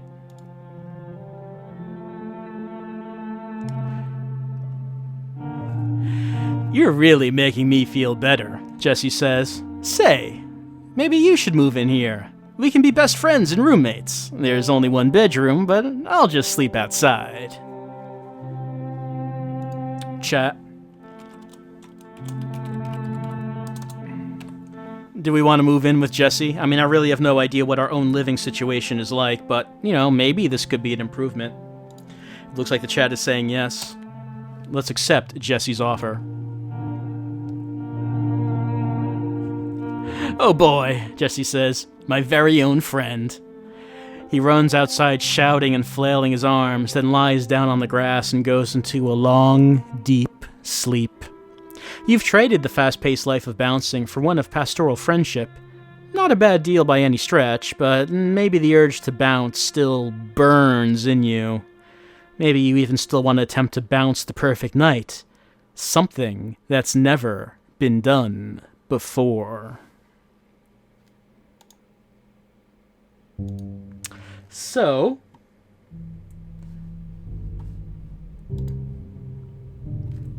we're back here. We need to bounce the perfect night. So, we're going to do another vote. Go for number 1 if you want to try to do what we were doing before, which is to let everyone in, but we will refuse to go with Jesse. Number 2 is we will not let anyone in. That's what we're voting for. Number 1 is to continue on with our previous playthrough of letting everyone in, but we will refuse Jesse. And number 2 is we will not let anyone in at all and see what happens. It looks like everyone is, well, not everyone, but most people are saying number 2. All right, they're not getting in. They have to go sweat in someone else's bar. This guy? Nah. Take a hike. These kids? Nope, they're getting out of here. Mr. Minchley. Oh, he has something new to say to us. Hey, you big fucking idiot. What are you trying to do? Mr. Minchley screams at you. I can barely rub 2 asses together in there. You start letting in the bar, or I'll fire you. You better not be trying to bounce the perfect night. Oh, okay, sorry. Mr. Minchley seems like, he's giving us some kind of hint. Mr. Minchley wheels around on one foot and heads back inside. You hear a cigarette lighter click, and look to your left. A shadowy figure is smoking. Trying to bounce the perfect night, eh? He says. You got some ego on you. What's the response?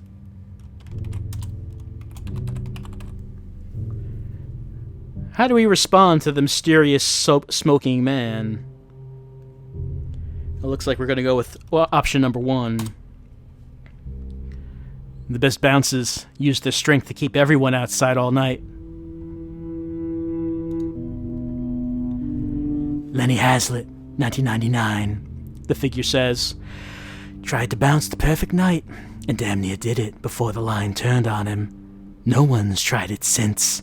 Every day, I go put flowers on Lenny's grave and make love to Lenny's widow on that same grave. Look, I gotta get back to bouncing. You gotta get back to bouncing, like I gotta pump some seed in Hazlitt's widow. Desperately, the figure says. Remember what I told you about bouncing the perfect night. The mysterious figure vanishes as if into thin air.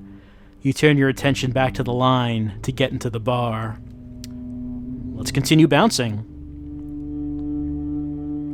Hey, it's Crossbow Woman. Well, I mean, no. Here's Minchley. The unhinged woman walks into the night, and Mr. Minchley comes out fuming mad. "You're fired! Just like I said you would be," says Mr. Minchley. "I can't grind on people who are a fraction of my age if there isn't anyone there to rub my tight pants against."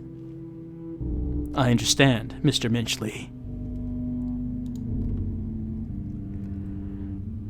"Go back into the bar, Mr. Minchley," says a mysterious voice. You look over your shoulder and see the man from just moments ago. "The kid's trying to bounce the perfect night, and I'm not going to let a prick like you get in the way of history." Mr. Minchley looks like he has seen a ghost. I didn't ever think I'd see you again," Mr. Minchley says, fumbling over his words. The kid can bounce out the rest of the night, but tomorrow I'm hiring a new bouncer." Mr. Minchley goes inside. What now? "It's only going to get harder from here," the mysterious figure says. "Hope you do better than Lenny, that's for sure. You can choose to bounce the perfect night or not. The choice is yours." With that, he recedes back into the shadows. I guess we're gonna continue bouncing. These are new. The next two people step up. "Hi, we're a Hollywood couple, John Krasinski and Emily Blunt. We'd love to come into your bar and be nice to our many fans." "Well, I mean, it's tempting, but I'm trying to bounce the perfect night, so beat it." And a briefcase of money is trying to get in. An unintended briefcase overflowing with cash is next in line. We're going to throw that money into the river. And a genie, I guess? "Hi, I'm Liz, the business casual genie. I want to get into this bar so bad that I will grant you 3 wishes if you let me in. And the wishes don't even have to relate to being business casual." Well, the chat already gave their decision, and the chat says that we are going to say no. As you dismiss the genie, you notice that the line is getting very angry. We can't take this much longer. Maybe we should just murder this pompous bouncer, you hear, and you hear the rest of the line unanimously agree. Well, we're not going to let everyone in. I mean, we're trying to bounce the perfect night, and no one is going to stop us. We're going to call up the next person, but they're not getting in either. "Hi, we are famed alt-rock outfit Foo Fighters, and we would love to play a free show for everyone in your bar, including such hits as Everlong." I don't remember there being children in Foo Fighters. I mean, granted, I was never a huge fan of the band, so maybe I'm not remembering it clearly. But no, sorry, no can do. Uh-oh. A masked man steps up, pulls out a pistol, and aims it right at your head. "I will shoot your fucking head off if you don't let us all in," he shouts. "You haven't let anyone in all night. We just want to have fun. No jury will convict me for this." Chat, you made your decision. Sorry, bub. I am the bouncer, and I make the rules round here.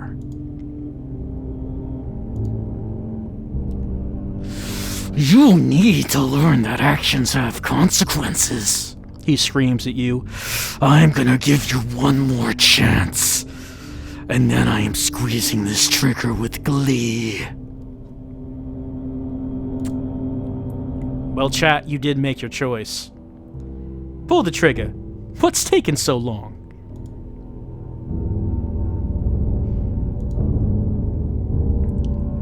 The gunman pulls the trigger and a loud blast is heard. It seems to echo across the entire universe. When you open your eyes, you see that the sun has begun to rise and that the line outside the bar is gone. You check yourself for a wound, but find none. Everything is the same, except you're wearing a brilliantly white suit. The man from the shadows steps into the day's new light and puts a hand on your shoulder. "You did it. he says. You bounced the perfect night. All right, chat. I guess you're going to decide how we respond to this.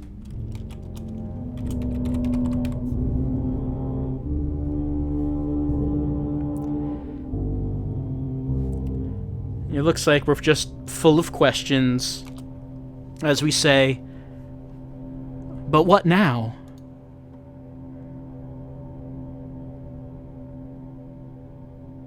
The man laughs. The future is a blank slate, and you're its scribe, he says. No one has ever bounced the perfect night before, so it is you alone who must write the next chapter. He turns to leave, and as he does, he says, If you ever need me again, just hold this coin between your palms for 5 seconds, and I'll appear. He flips you a coin, but you lose it in the sunlight and muff the catch. It rolls into a drain. You look up, and the man is gone. Well, it doesn't say start from checkpoint, but I mean, if it doesn't say that, then I guess we got the real ending. I mean, no one said that the true ending was going to be a happy one. It is a bittersweet, melancholy ending, but we did bounce the perfect night. Chat, I'm proud of you. I'm proud of all of you. The music is proud of you too. We bounced the perfect night.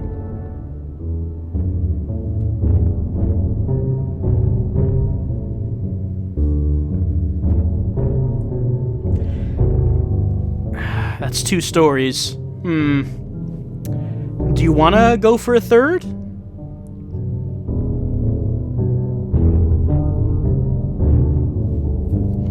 I mean, if another one lasts as long as this, then we should be able to fit one in.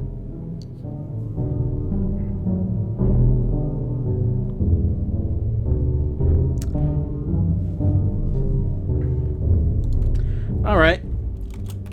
Let's take a vote then.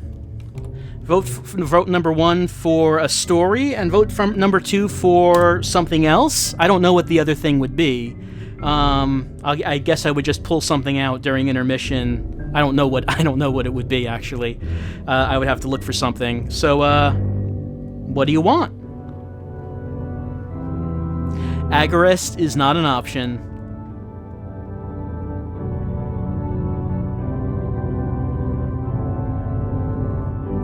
All right, it looks like number 2 is won. I guess then that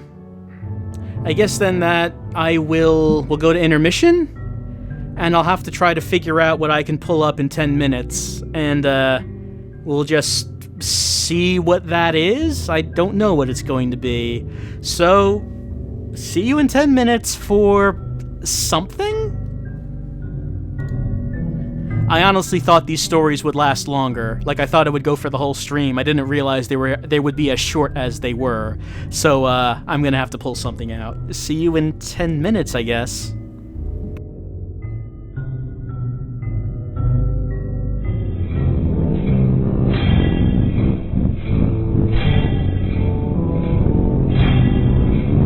Okay, welcome back to the stream, and I really didn't have anything else set up tonight, so I just brought up the game that I've been playing recently. This is Curse of Issyos, the new game from Locomolito. Locomolito, the maker of Maldita Castilla, which is like a game based on, inspired from Ghouls and Ghosts, and that was really good. Curse of Issyos is more based on Castlevania.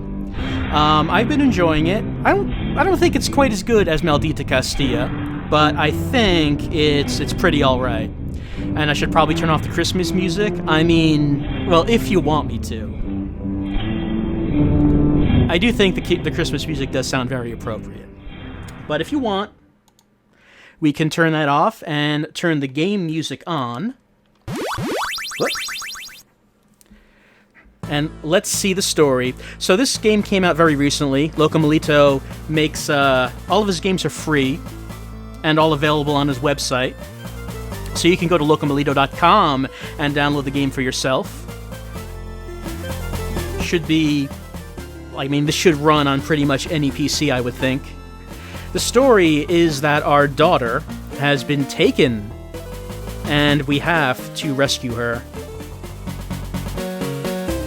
Is there a way to slow down the game's music? Unfortunately not. No way to make the music more Christmassy.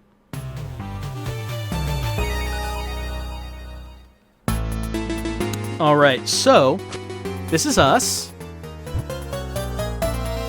I don't know if it said what our name was. Our name is not Issyos. Issyos is the island, and we are being greeted by fishmen. So it seems like a fun place.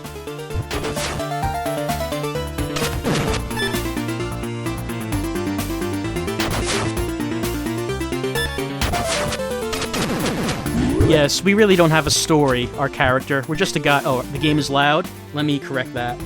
Yeah, we don't really have a story ourselves. It's just that we're a guy, and we're searching for our daughter. She's been taken, and that's really all that we need to know. And yes, this is very much Castlevania-ish.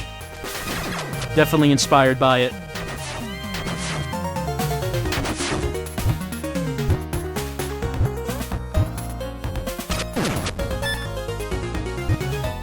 Do you need a story for the epic gameplay? Oh, no, not really.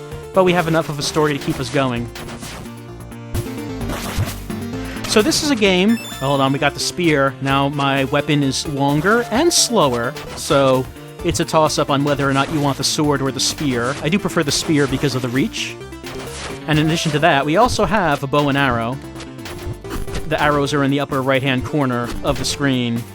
And I am annoying this big head by firing arrows at it. As you do.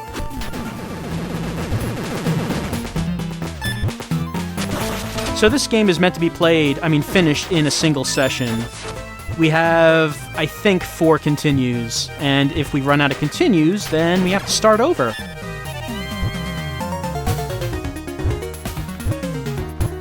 I have not won this game yet. I'm not sure how close I've gotten, because I don't know how many levels there are.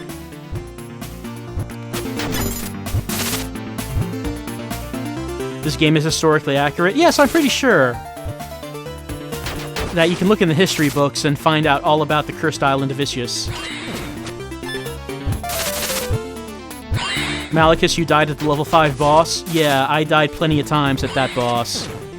Oh, there are 6 levels plus 1 secret level? I did get to the 6th level. Oh man, this Cyclops means business. He's not taking any guff from that giant scorpion. Or me, for that matter. Oh, look out for the sand. That's gonna get in our eyes, and it's gonna hurt real bad.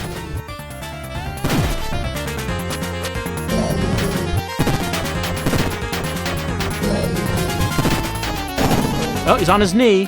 Stab him in that eye.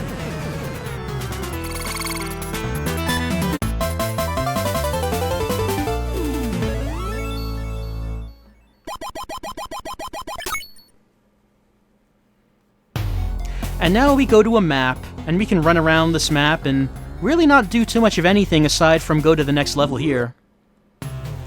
7 levels, 9 bosses, more than 40 enemies, a secret level that can change the ending. Yeah, Maldita Castilla did have a secret level as well, so it's not surprising that this game has it too. I have to jump to get the orb at the end. You know, I tried that, and it turns out you can't do it, which is very unfortunate. Alright, the statue of Athena is going to give me the armor. So yeah, I don't know how to get the secret ending yet, so I'm going to figure that out once I get the normal ending, which I haven't gotten. Alright, we're in a cavern. This cavern is multi-layered, so we can go up. Oh, I got the sword. So I can switch between sword and spear when I get the new power up, but I do prefer having the spear. The game has the armor has a second feature if you duck. Yes, if you duck, you put the shield up in front of you, so you can block things. Alright, I'm heading on up.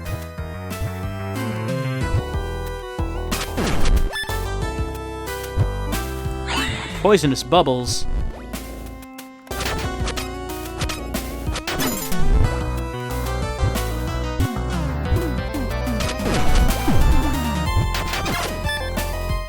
Are these historical spiders? Yes, very historical. This is quite accurate to, was not paying attention to my health. What game is this? This is Curse of Issyos for the PC. Whoop.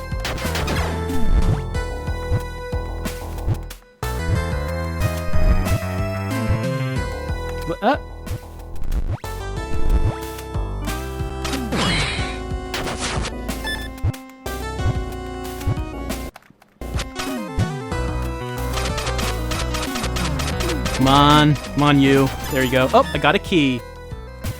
So I need these keys, and it seems like... Oh, do I take fall damage? No fall damage in this game. Just like a platformer should be. A 2D platformer should not have fall damage. So, the keys, where you get them, seem to be random in these levels. But I do need to find 3 keys. Come on, you.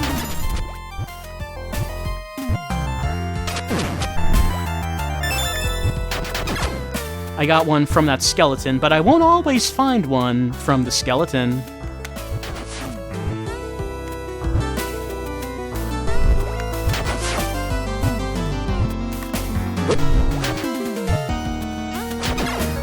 How do you heal? We'll get into that, but one thing you can do is find these max health items. That one increased my maximum health by 2, and that's permanent. It's a permanent increase throughout the game, so that's very useful to find.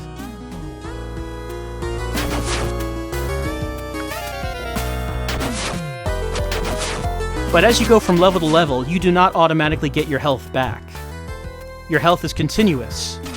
I mean, if you die, then you start with all your health, but...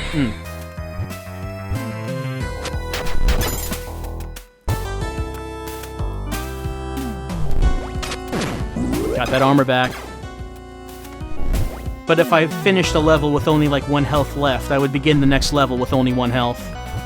Enemies respawn on every screen? Yeah, they do. Oh wait, I shouldn't have gone on this screen yet, and I'll show you why. There's a gate.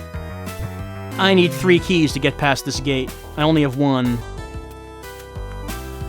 Alright, I only found the 1, so I guess let's head down to this lower level and see what we find.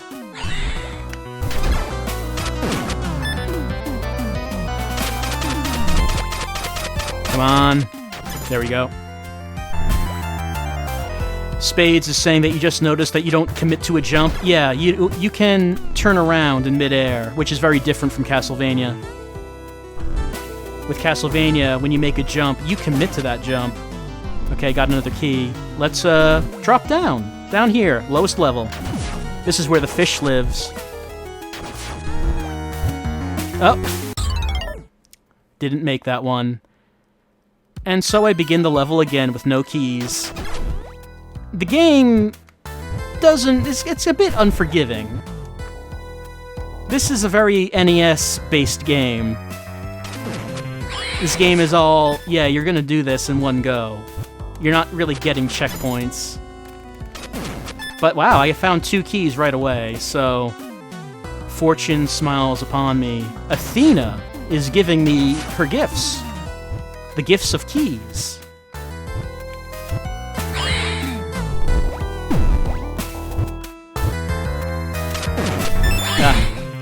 Not doing so well right now.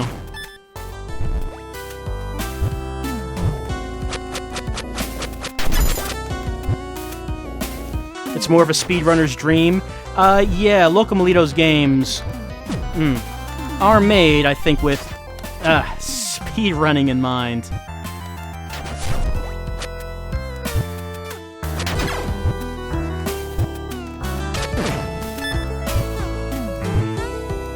What was that super hard 2D retro platformer called something Nordish?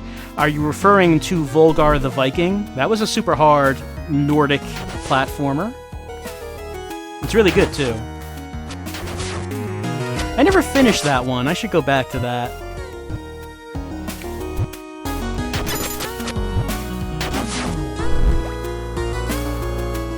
I should see what's in I should see what's in this one.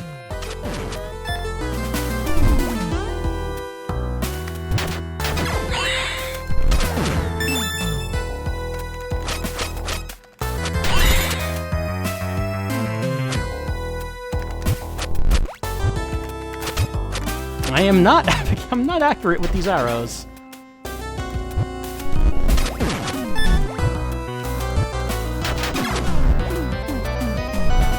I used to have some kind of Viking-based SNES game, gotta remember what it was called. Perhaps The Lost Vikings? That was a Super Nintendo game. This game reminds you of Ghouls and Ghosts. Maldita Castilla was much more Ghouls and Ghosts-ish. This is a lot more Castlevania-ish.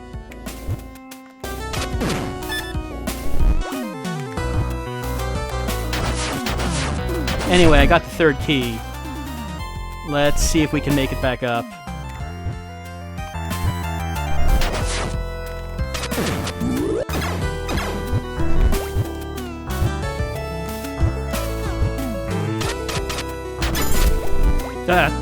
I just realized I was walking into that.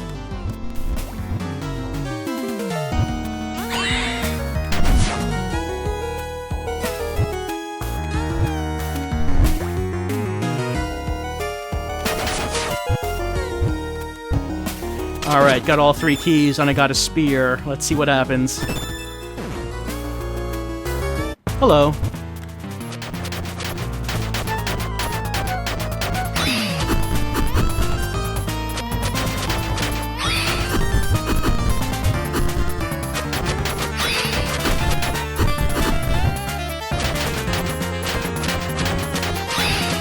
Out of arrows. Whoop!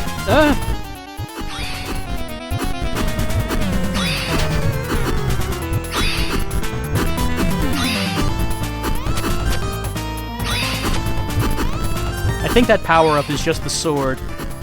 I don't think it's any additional arrows. Oh, there we go. Am I right about that? Yeah, I am.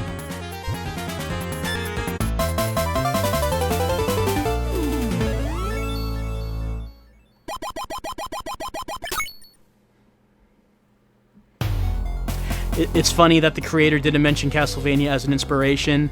Locomalito, I don't think, mentions specific games. He just sort of mentions platforms. Like, he said this was inspired in the fashion of an 8-bit console game. So I don't think he specifically mentions the games that are his inspirations. I don't know what the reason is, but he doesn't seem to.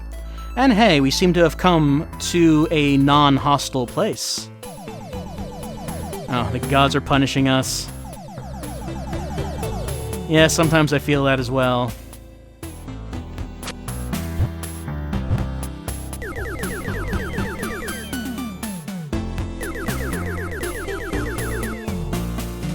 Everything's going real bad. But I'll take your gold anyway.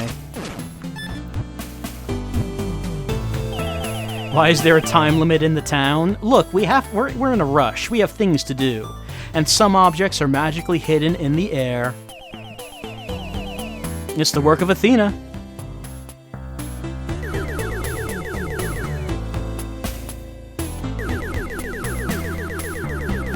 Well, the game wasn't inspired by Shovel Knight, but Shovel Knight in this game had the same inspirations. And hey, Medusa's in this, by the way. Maybe we'll meet her. Alright, so our daughter went eastward. Oh man, we're one away from a potion. We cannot get that potion. It's unfortunate. If we only had one more, we could have increased our maximum HP. Let's buy one of those. And some arrows. Alright. What game is this, Skyrunner? This is The Curse of Issyos. And yes, Malik is just posting the link to The Curse of Issyos on Locomalito's site. And now we are... whoop. In a new level?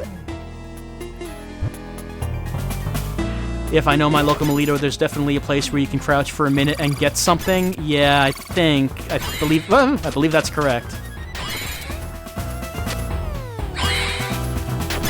And yes, this is done in Game Maker. Some high-profile things coming out in Game Maker, like Undertale, and Locomalito's games. Some of the more impressive examples of Game Makering. Yes, Nuclear Throne, also made in Game Maker.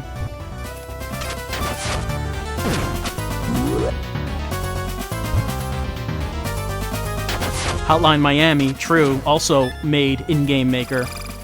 So yeah, Game Maker, a pretty competent program for making 2D games in this fashion.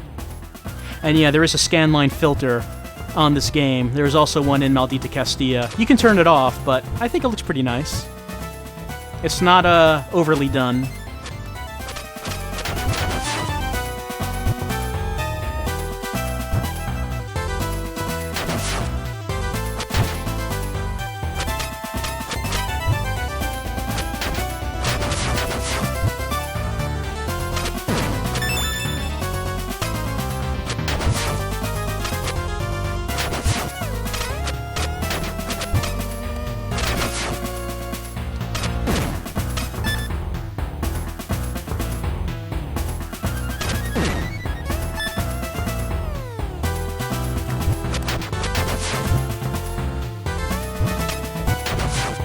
Yes, we are fighting Greek ninjas here, it is true.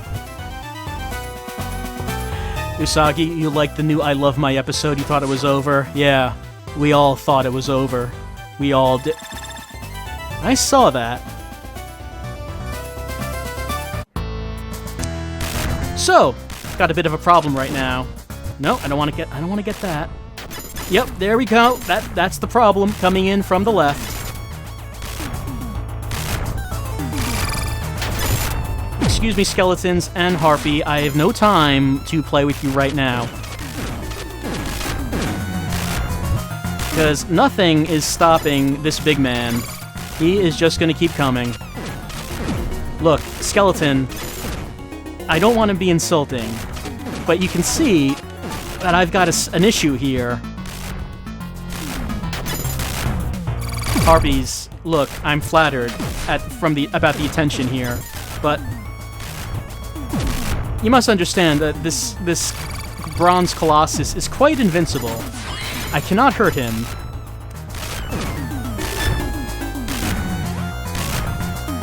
Okay, I made it into the temple, and maybe the colossus is attacking the temple? I'm not sure.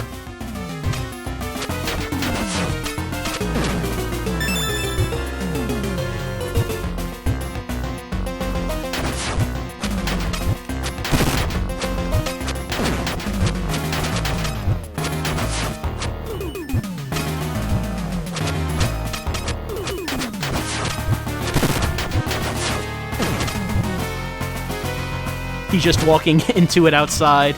He doesn't know what to do. He just continues to walk right into the wall.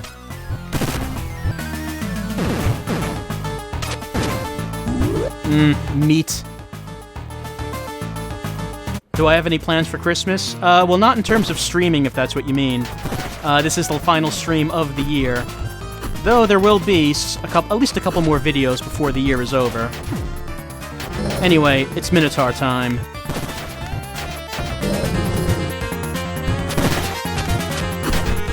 This Minotaur a bit more agile than the one that Adam Randall has had to deal with.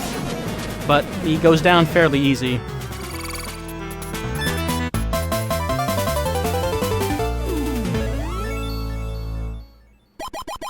Oh, for me personally? I mean, not too much in terms of plans. Alright, we could go on to the next level, but for some reason there's a little optional level right here. It's not actually a full level, but it's a small little forest area. I'm not sure why it's here. That's right, I do have to get the food buckets ready.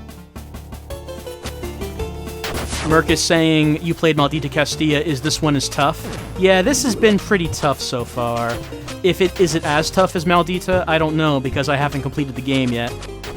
I don't know what the end is like. So there's a 1-up. And that seems to be the only reason to come here. No yearly traditional showing of Santa's sleigh. Well, I mean, there's always my own personal viewing of Santa's sleigh. I mean, that's just a given. What? Ah! Of all the ways that could have gone, it just had to go that way. So I guess that 1-up was worthless.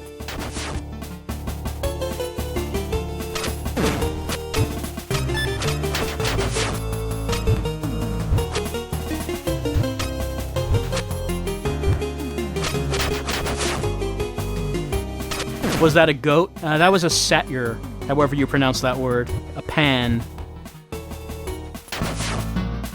He is quite excited and randy, as they tend to be.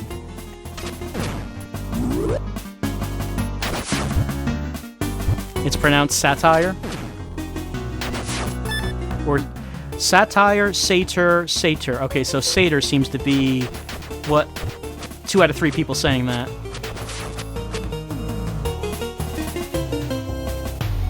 Alright, I completed that level. It was very short. There's this one also.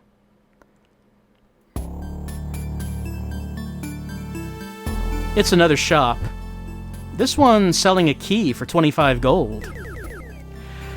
It's ironic. What's ironic? He lost his life for hiding a man from his own creation.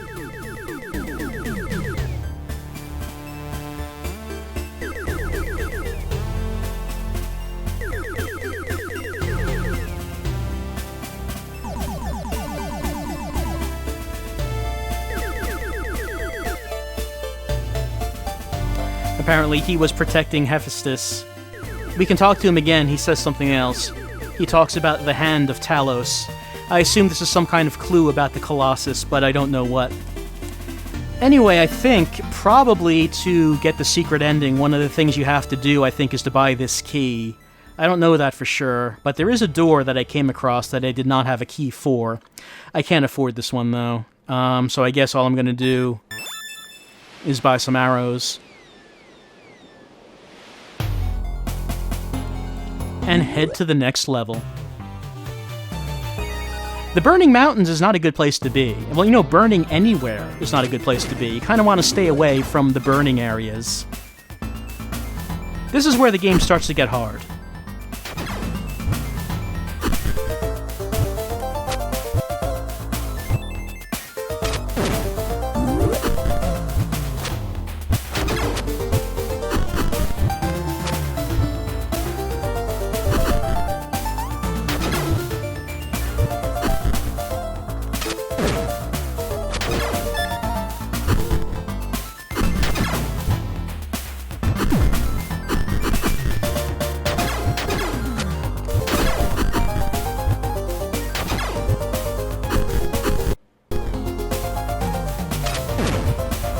Alright. Wasn't looking at the chat while I was doing that. Just wanted to concentrate because, yeah, it's starting to get hard. Here come boulders, flaming boulders, falling down on my head, as they will do.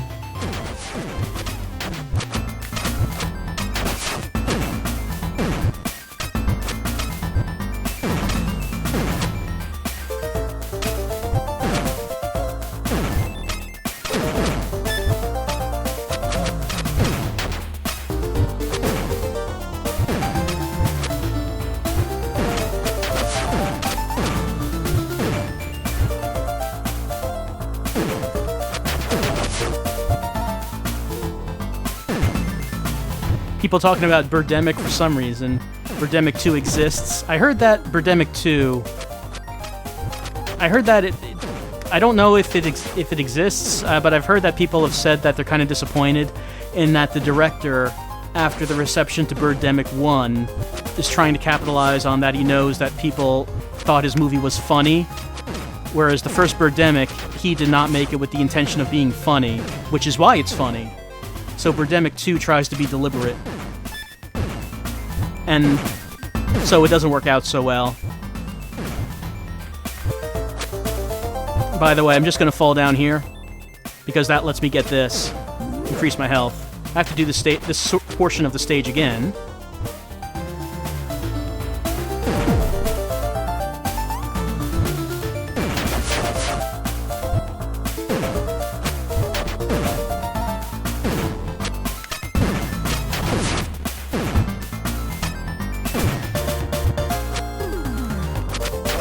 Oh, out of arrows. That's no good.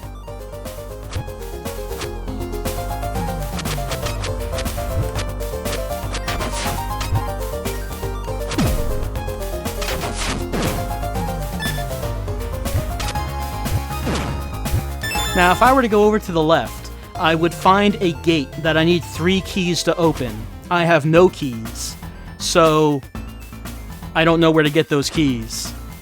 So that probably is something to do with the secret ending, but I don't know. I can go to the right and fight a boss. Here are harpies. That harpy's dead. That was real fast.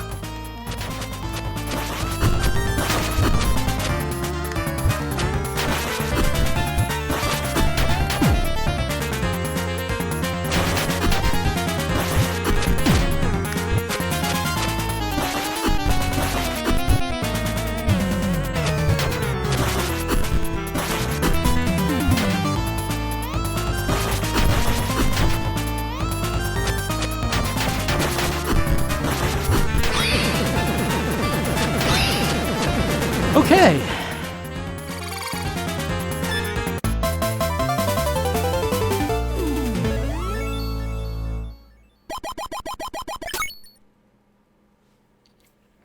And now we go into the last level that's on the map. It's time to meet Medusa.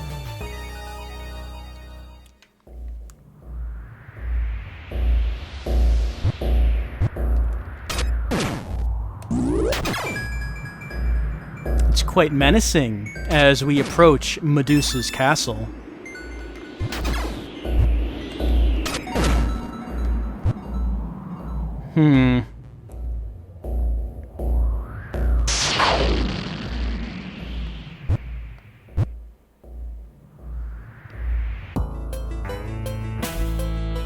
There's a stone bat. I can hit it. It explodes, as stone bats tend to do. You know how that goes. Here's a man of stone. He's gonna throw pieces of himself at me. I got a key. That's good. I'm gonna need 3 keys to get through this.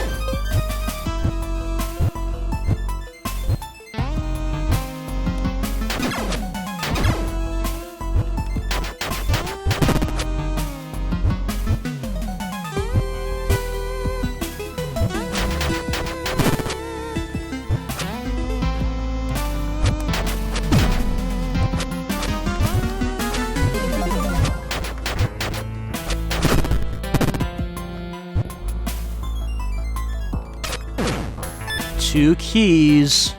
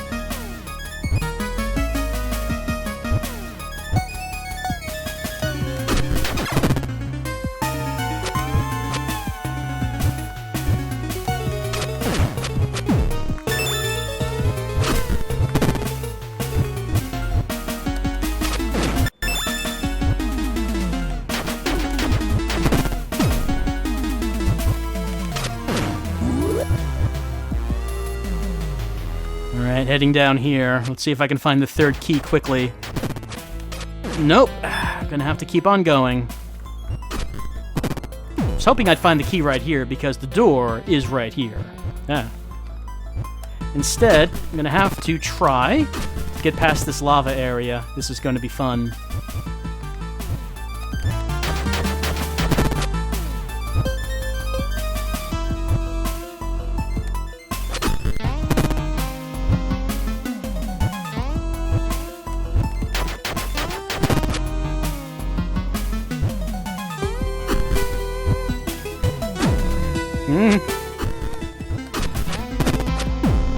Oh, lava birds, I don't need you right now.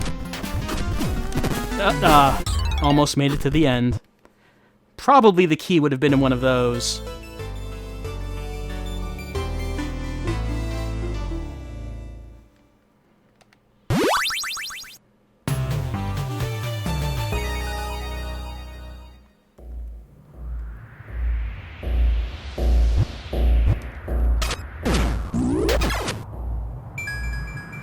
So yeah, when you die or run out of continues, You do have to start all the way back at the beginning of the level. Someone asking, was the boss after the door? Yes, Medusa is on the other side of that door. Whether or not I would have been able to beat Medusa is another question entirely. I've done it once. So far. She's not so easy.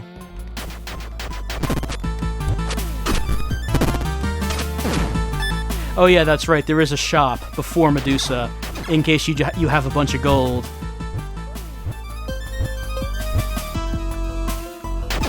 Someone asked, what sound chip is this supposed to be emulating? I think I read that the program used to make this music was PX Tone, which was the program that Pixel made to compose the music for Cave Story. Apparently that's what Grisor, who makes the music for Locomolito's games, uses.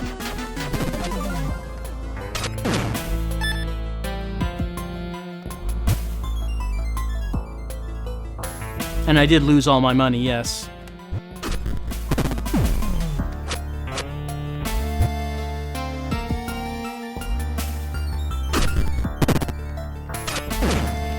Someone asking, Pixel made his own music tool for Cave Story? Yes. Yes, he did.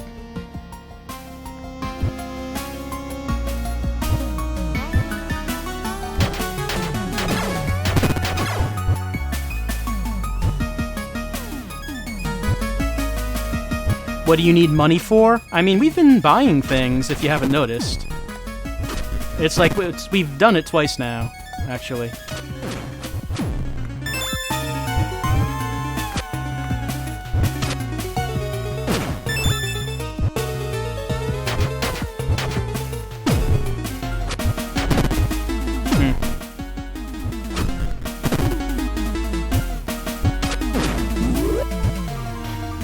What do I need money for now?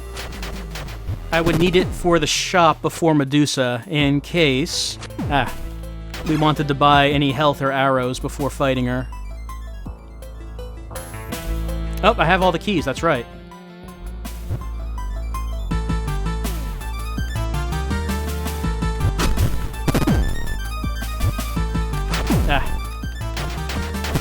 Let's see if there's any health in here. No? Alright.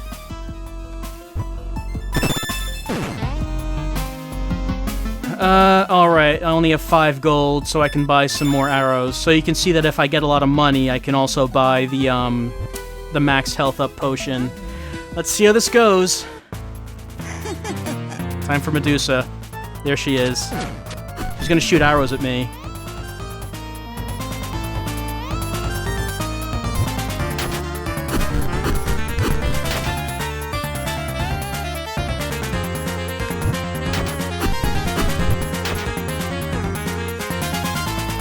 Alright, when that happens, I do not want to look in her direction, because it will be instant death if I do. And I do mean instant death. The second if I'm looking at her direction when that is above her head, the instant I do, it will be death.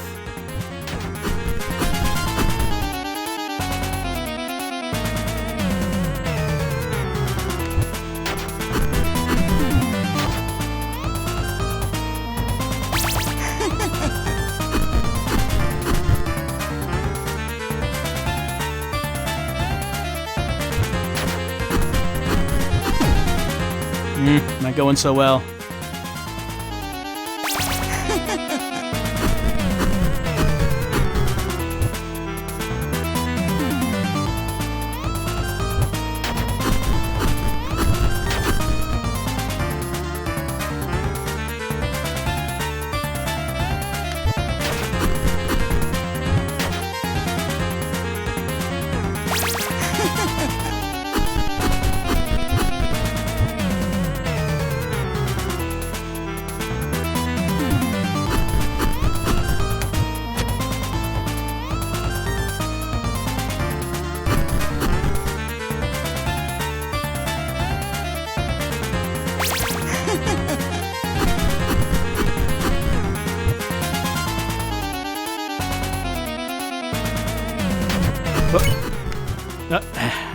Block that one by accident.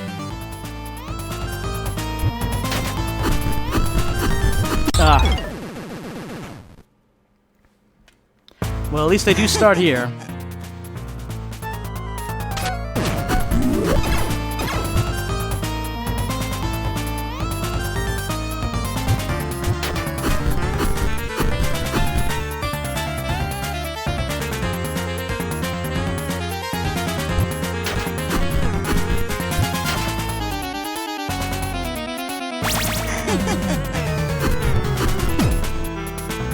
What about my own arrows? It's easier if I'm able to get her on the same level like that. But frequently, if I'm not, it's harder to get in position in time.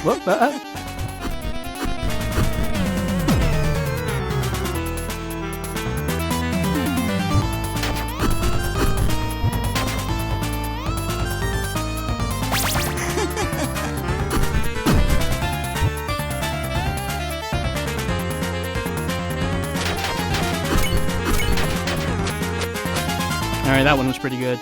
Oh, and again.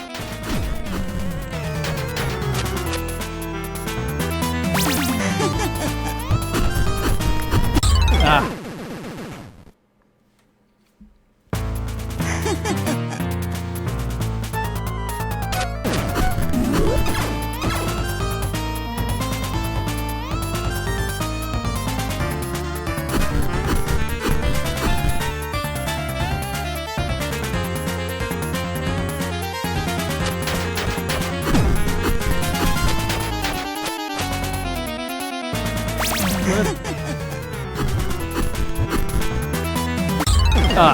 I did it too early. I turned too early.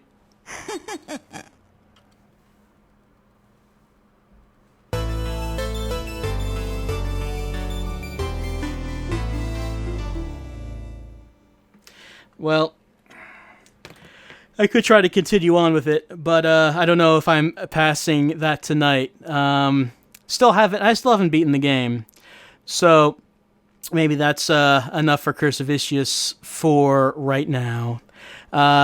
So, again, I don't know for myself how many levels are after that. I've gotten to the next one.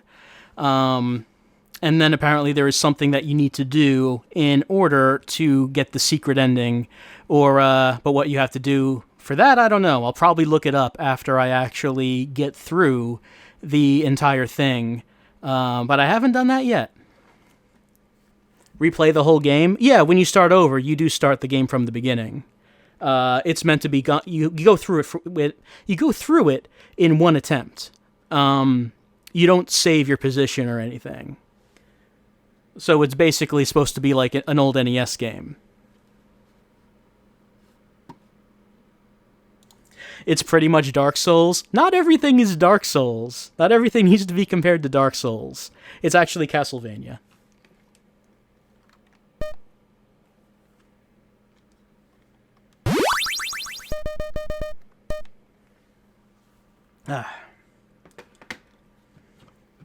Well, anyway, that's what I'm playing right now. Let's see, what was the last... Oh, yeah, I think the last thing that I had played before that was Dreamfall Chapters, in which they've now have released Chapter 4, and there's supposed to be 5 in total. So, the first chapter of Dreamfall Chapters came out in, I think it came out near the end of last year. So it's been going for a year now, and there's still the one more chapter to come out.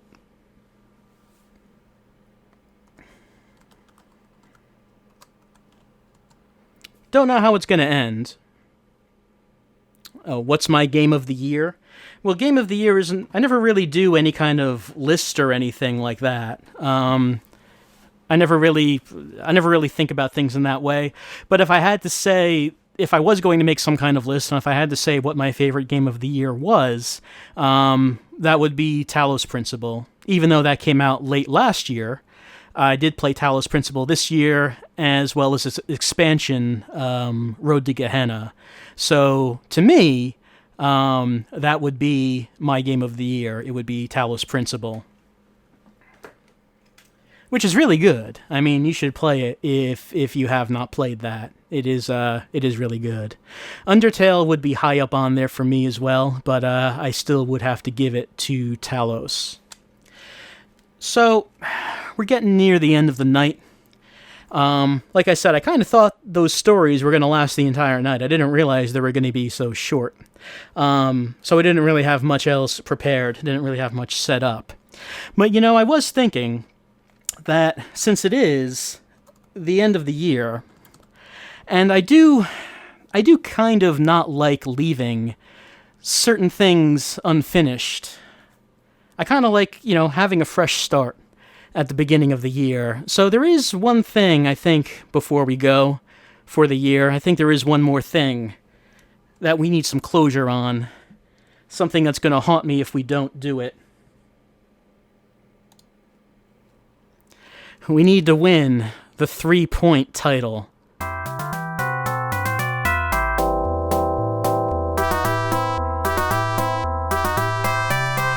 Now, I've been practicing.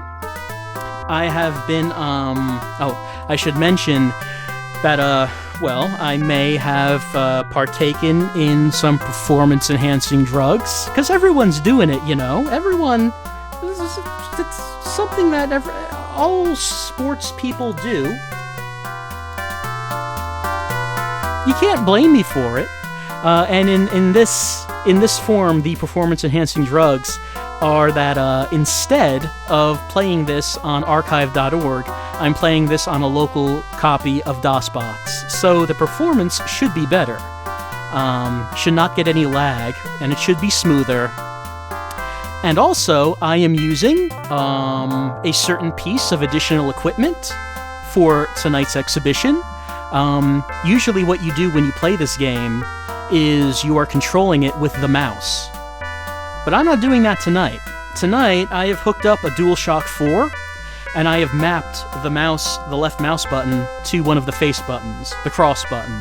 So, now I've run this piece of equipment. Fix the chat? Oh, the chat's, yeah. That doesn't look quite right.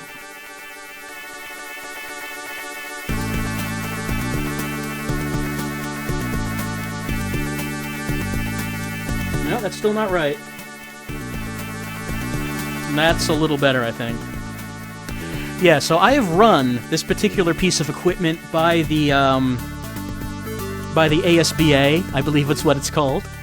And we have confirmed that this is a fair, legal, official piece of equipment for playing basketball. So, I mean, there's nothing illegal going on here at all. Nope, that's not what I wanted to do. Oh well. As always, we're going with our nickname of Who, and we're going to go with skill level 1. And we're going with moving target. ESPN Sports. Hello, and welcome to the All-Star Basketball Association's 3-point shooting championship. I'm Skip Smiley. The world's best shooters are here to settle once and for all any question of who is the greatest. The winner will have his name engraved on the championship trophy alongside the name of last year's champ. Yeah, hat-trick spewing, I'm coming for your trophy. Joining me is the ever-exciting Rick Vitality. He will be giving us expert analysis as the championship goes on. Glad to be here, Skip. It's gonna be 3-point city, baby. Without any further ado, let's have a look at this year's field. All right, I'm starting out against Pretzler. That looks like a strong field to me. What do you think, Rick? This is gonna be an exciting tournament. We should see some fantastic shooting. Any predictions for the first round, Rick? It will be a walk in the park for Melon. Mailbag. Couldn't win in a million years, baby. Admiral. Might as well pack his bags. O'Deal is second round bound, baby. Grandma is going to blister the Nets on his way to an easy victory over Torder. What's his name? Shouldn't even be in this contest.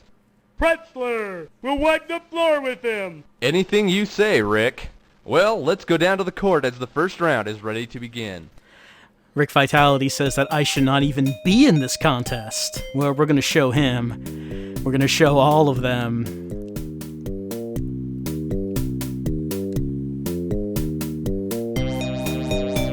Now, David Admiral, what a low score.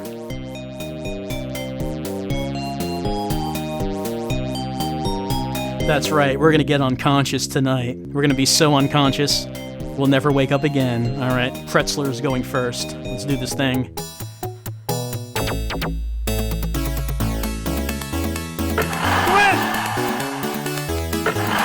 Shooting well.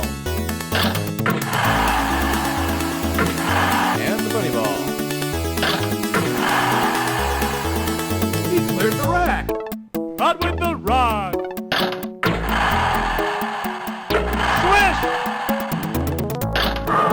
In and out. And the money ball. Oh dear.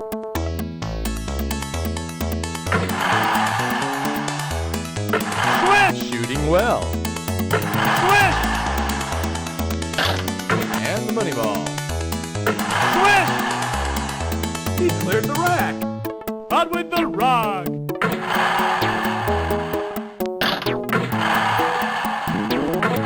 He's on fire.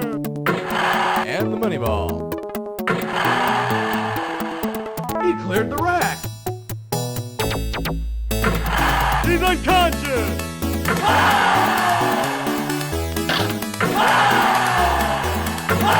And the money ball. In and out. All right, 25. 25. We have to beat 25. Can we do it? Let's do this thing.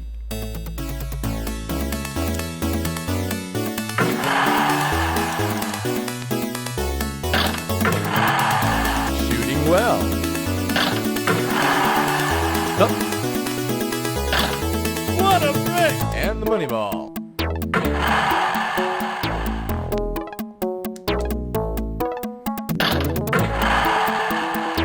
Shooting well.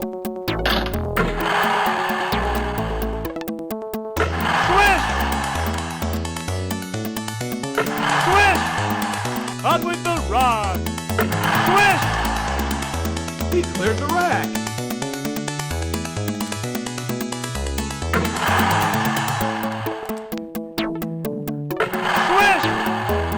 He's on fire.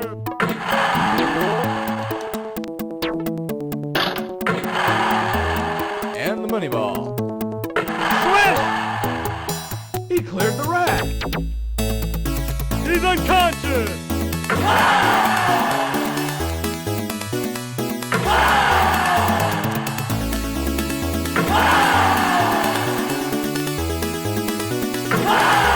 And the money ball. He cleared the rack. Way off.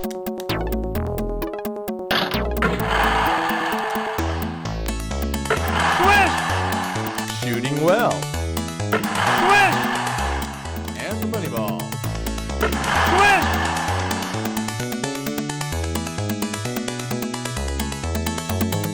all right, 28. We made it past the first round, and we proved Rick Vitality wrong. Proving him wrong.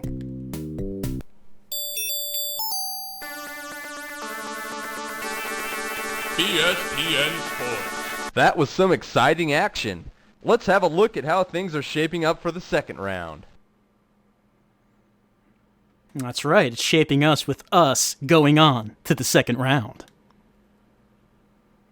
Looks like you blew it on most of the matchups, Rick. Maybe you should try fortune telling. Let's see how well you can predict who will make it to the finals. Melon would have to go absolutely unconscious to beat O'Deal. That's not gonna happen. We'll see Torter in the finals. He's simply better than. What's his name? The excitement is building. Let's go down to the court for second round action. Once again, Rick Vitality betting against us. We're going to have to show him who's making it to the finals. Grizz Mellon overcoming Shackle O'Deal. But you know which of these two is going on to the finals. You know who's going to do it. We are coming for you, Rick Vitality.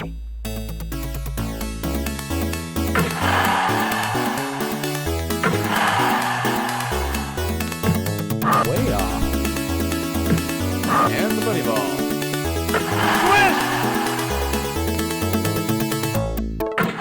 Swish! Shooting well.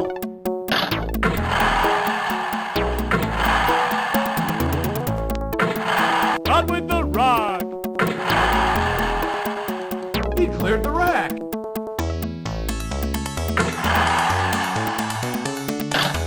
Way off. Shooting well.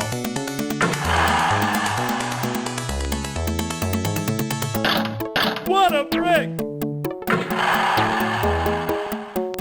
Swish! And the money ball.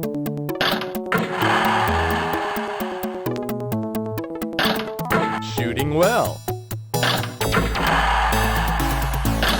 What a brick! And the money ball. Okay, only 24. Only 24. He was very conscious indeed. So hopefully we can slip into a coma this time. Let's do this thing. Swish!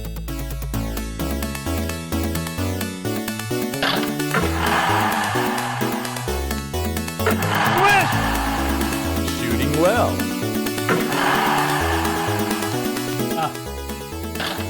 What a brick! And the money ball.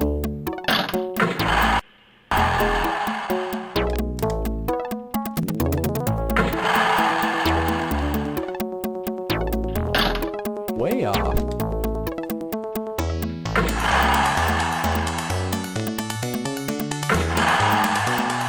Shooting well. Swish! Swish! Swish! On with the rock!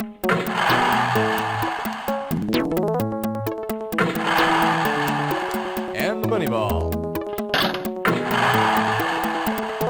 He cleared the rack. He's on fire!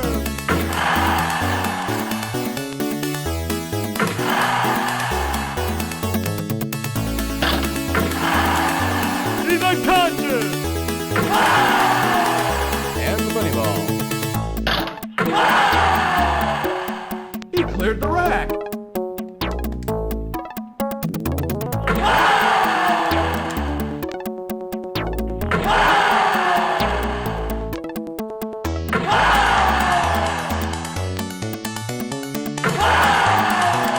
And the money ball. We achieved unconsciousness, and we defeated Perry Torter. What does Rick Vitality have to say about that? ESPN Sports. We have our two finalists. Let's have a look at how each one got here.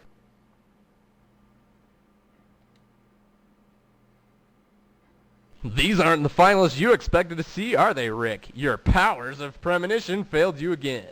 All right, now, who's going to come through in the final? What's his name? Is gonna turn it up a notch and show Melon, who's boss? The crowd has reached a fever pitch as our finalists have stepped onto the court. Let's go to the action.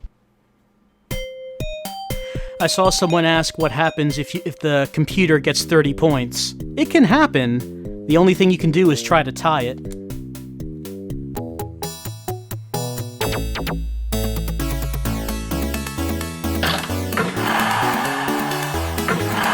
Shooting well.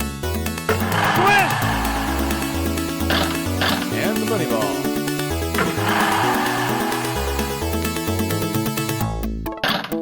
Shooting well.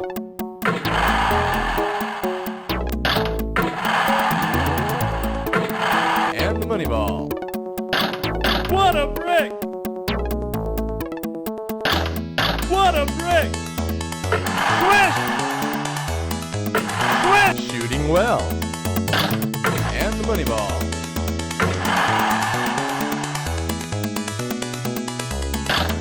Up with the rock! Way off. And the money ball. Shooting well. Swish! Swish! Up with the rock. Twist! And the money ball. All right, 25, 25, I can do it. I can take it. I just have to get unconscious. I just have to get unconscious one more time. Twist!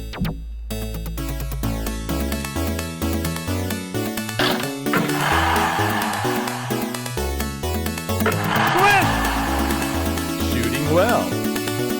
Twist! Twist! And the money ball. Twist! He cleared the rack. On with the rock. Twist! He's on fire! And the money ball. He cleared the rack. Twist! He's unconscious!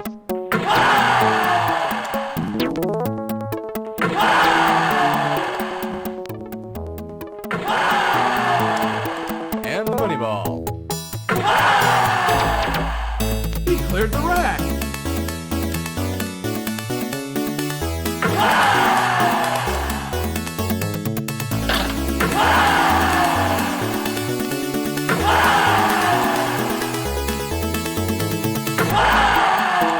And the money ball. He cleared the rack.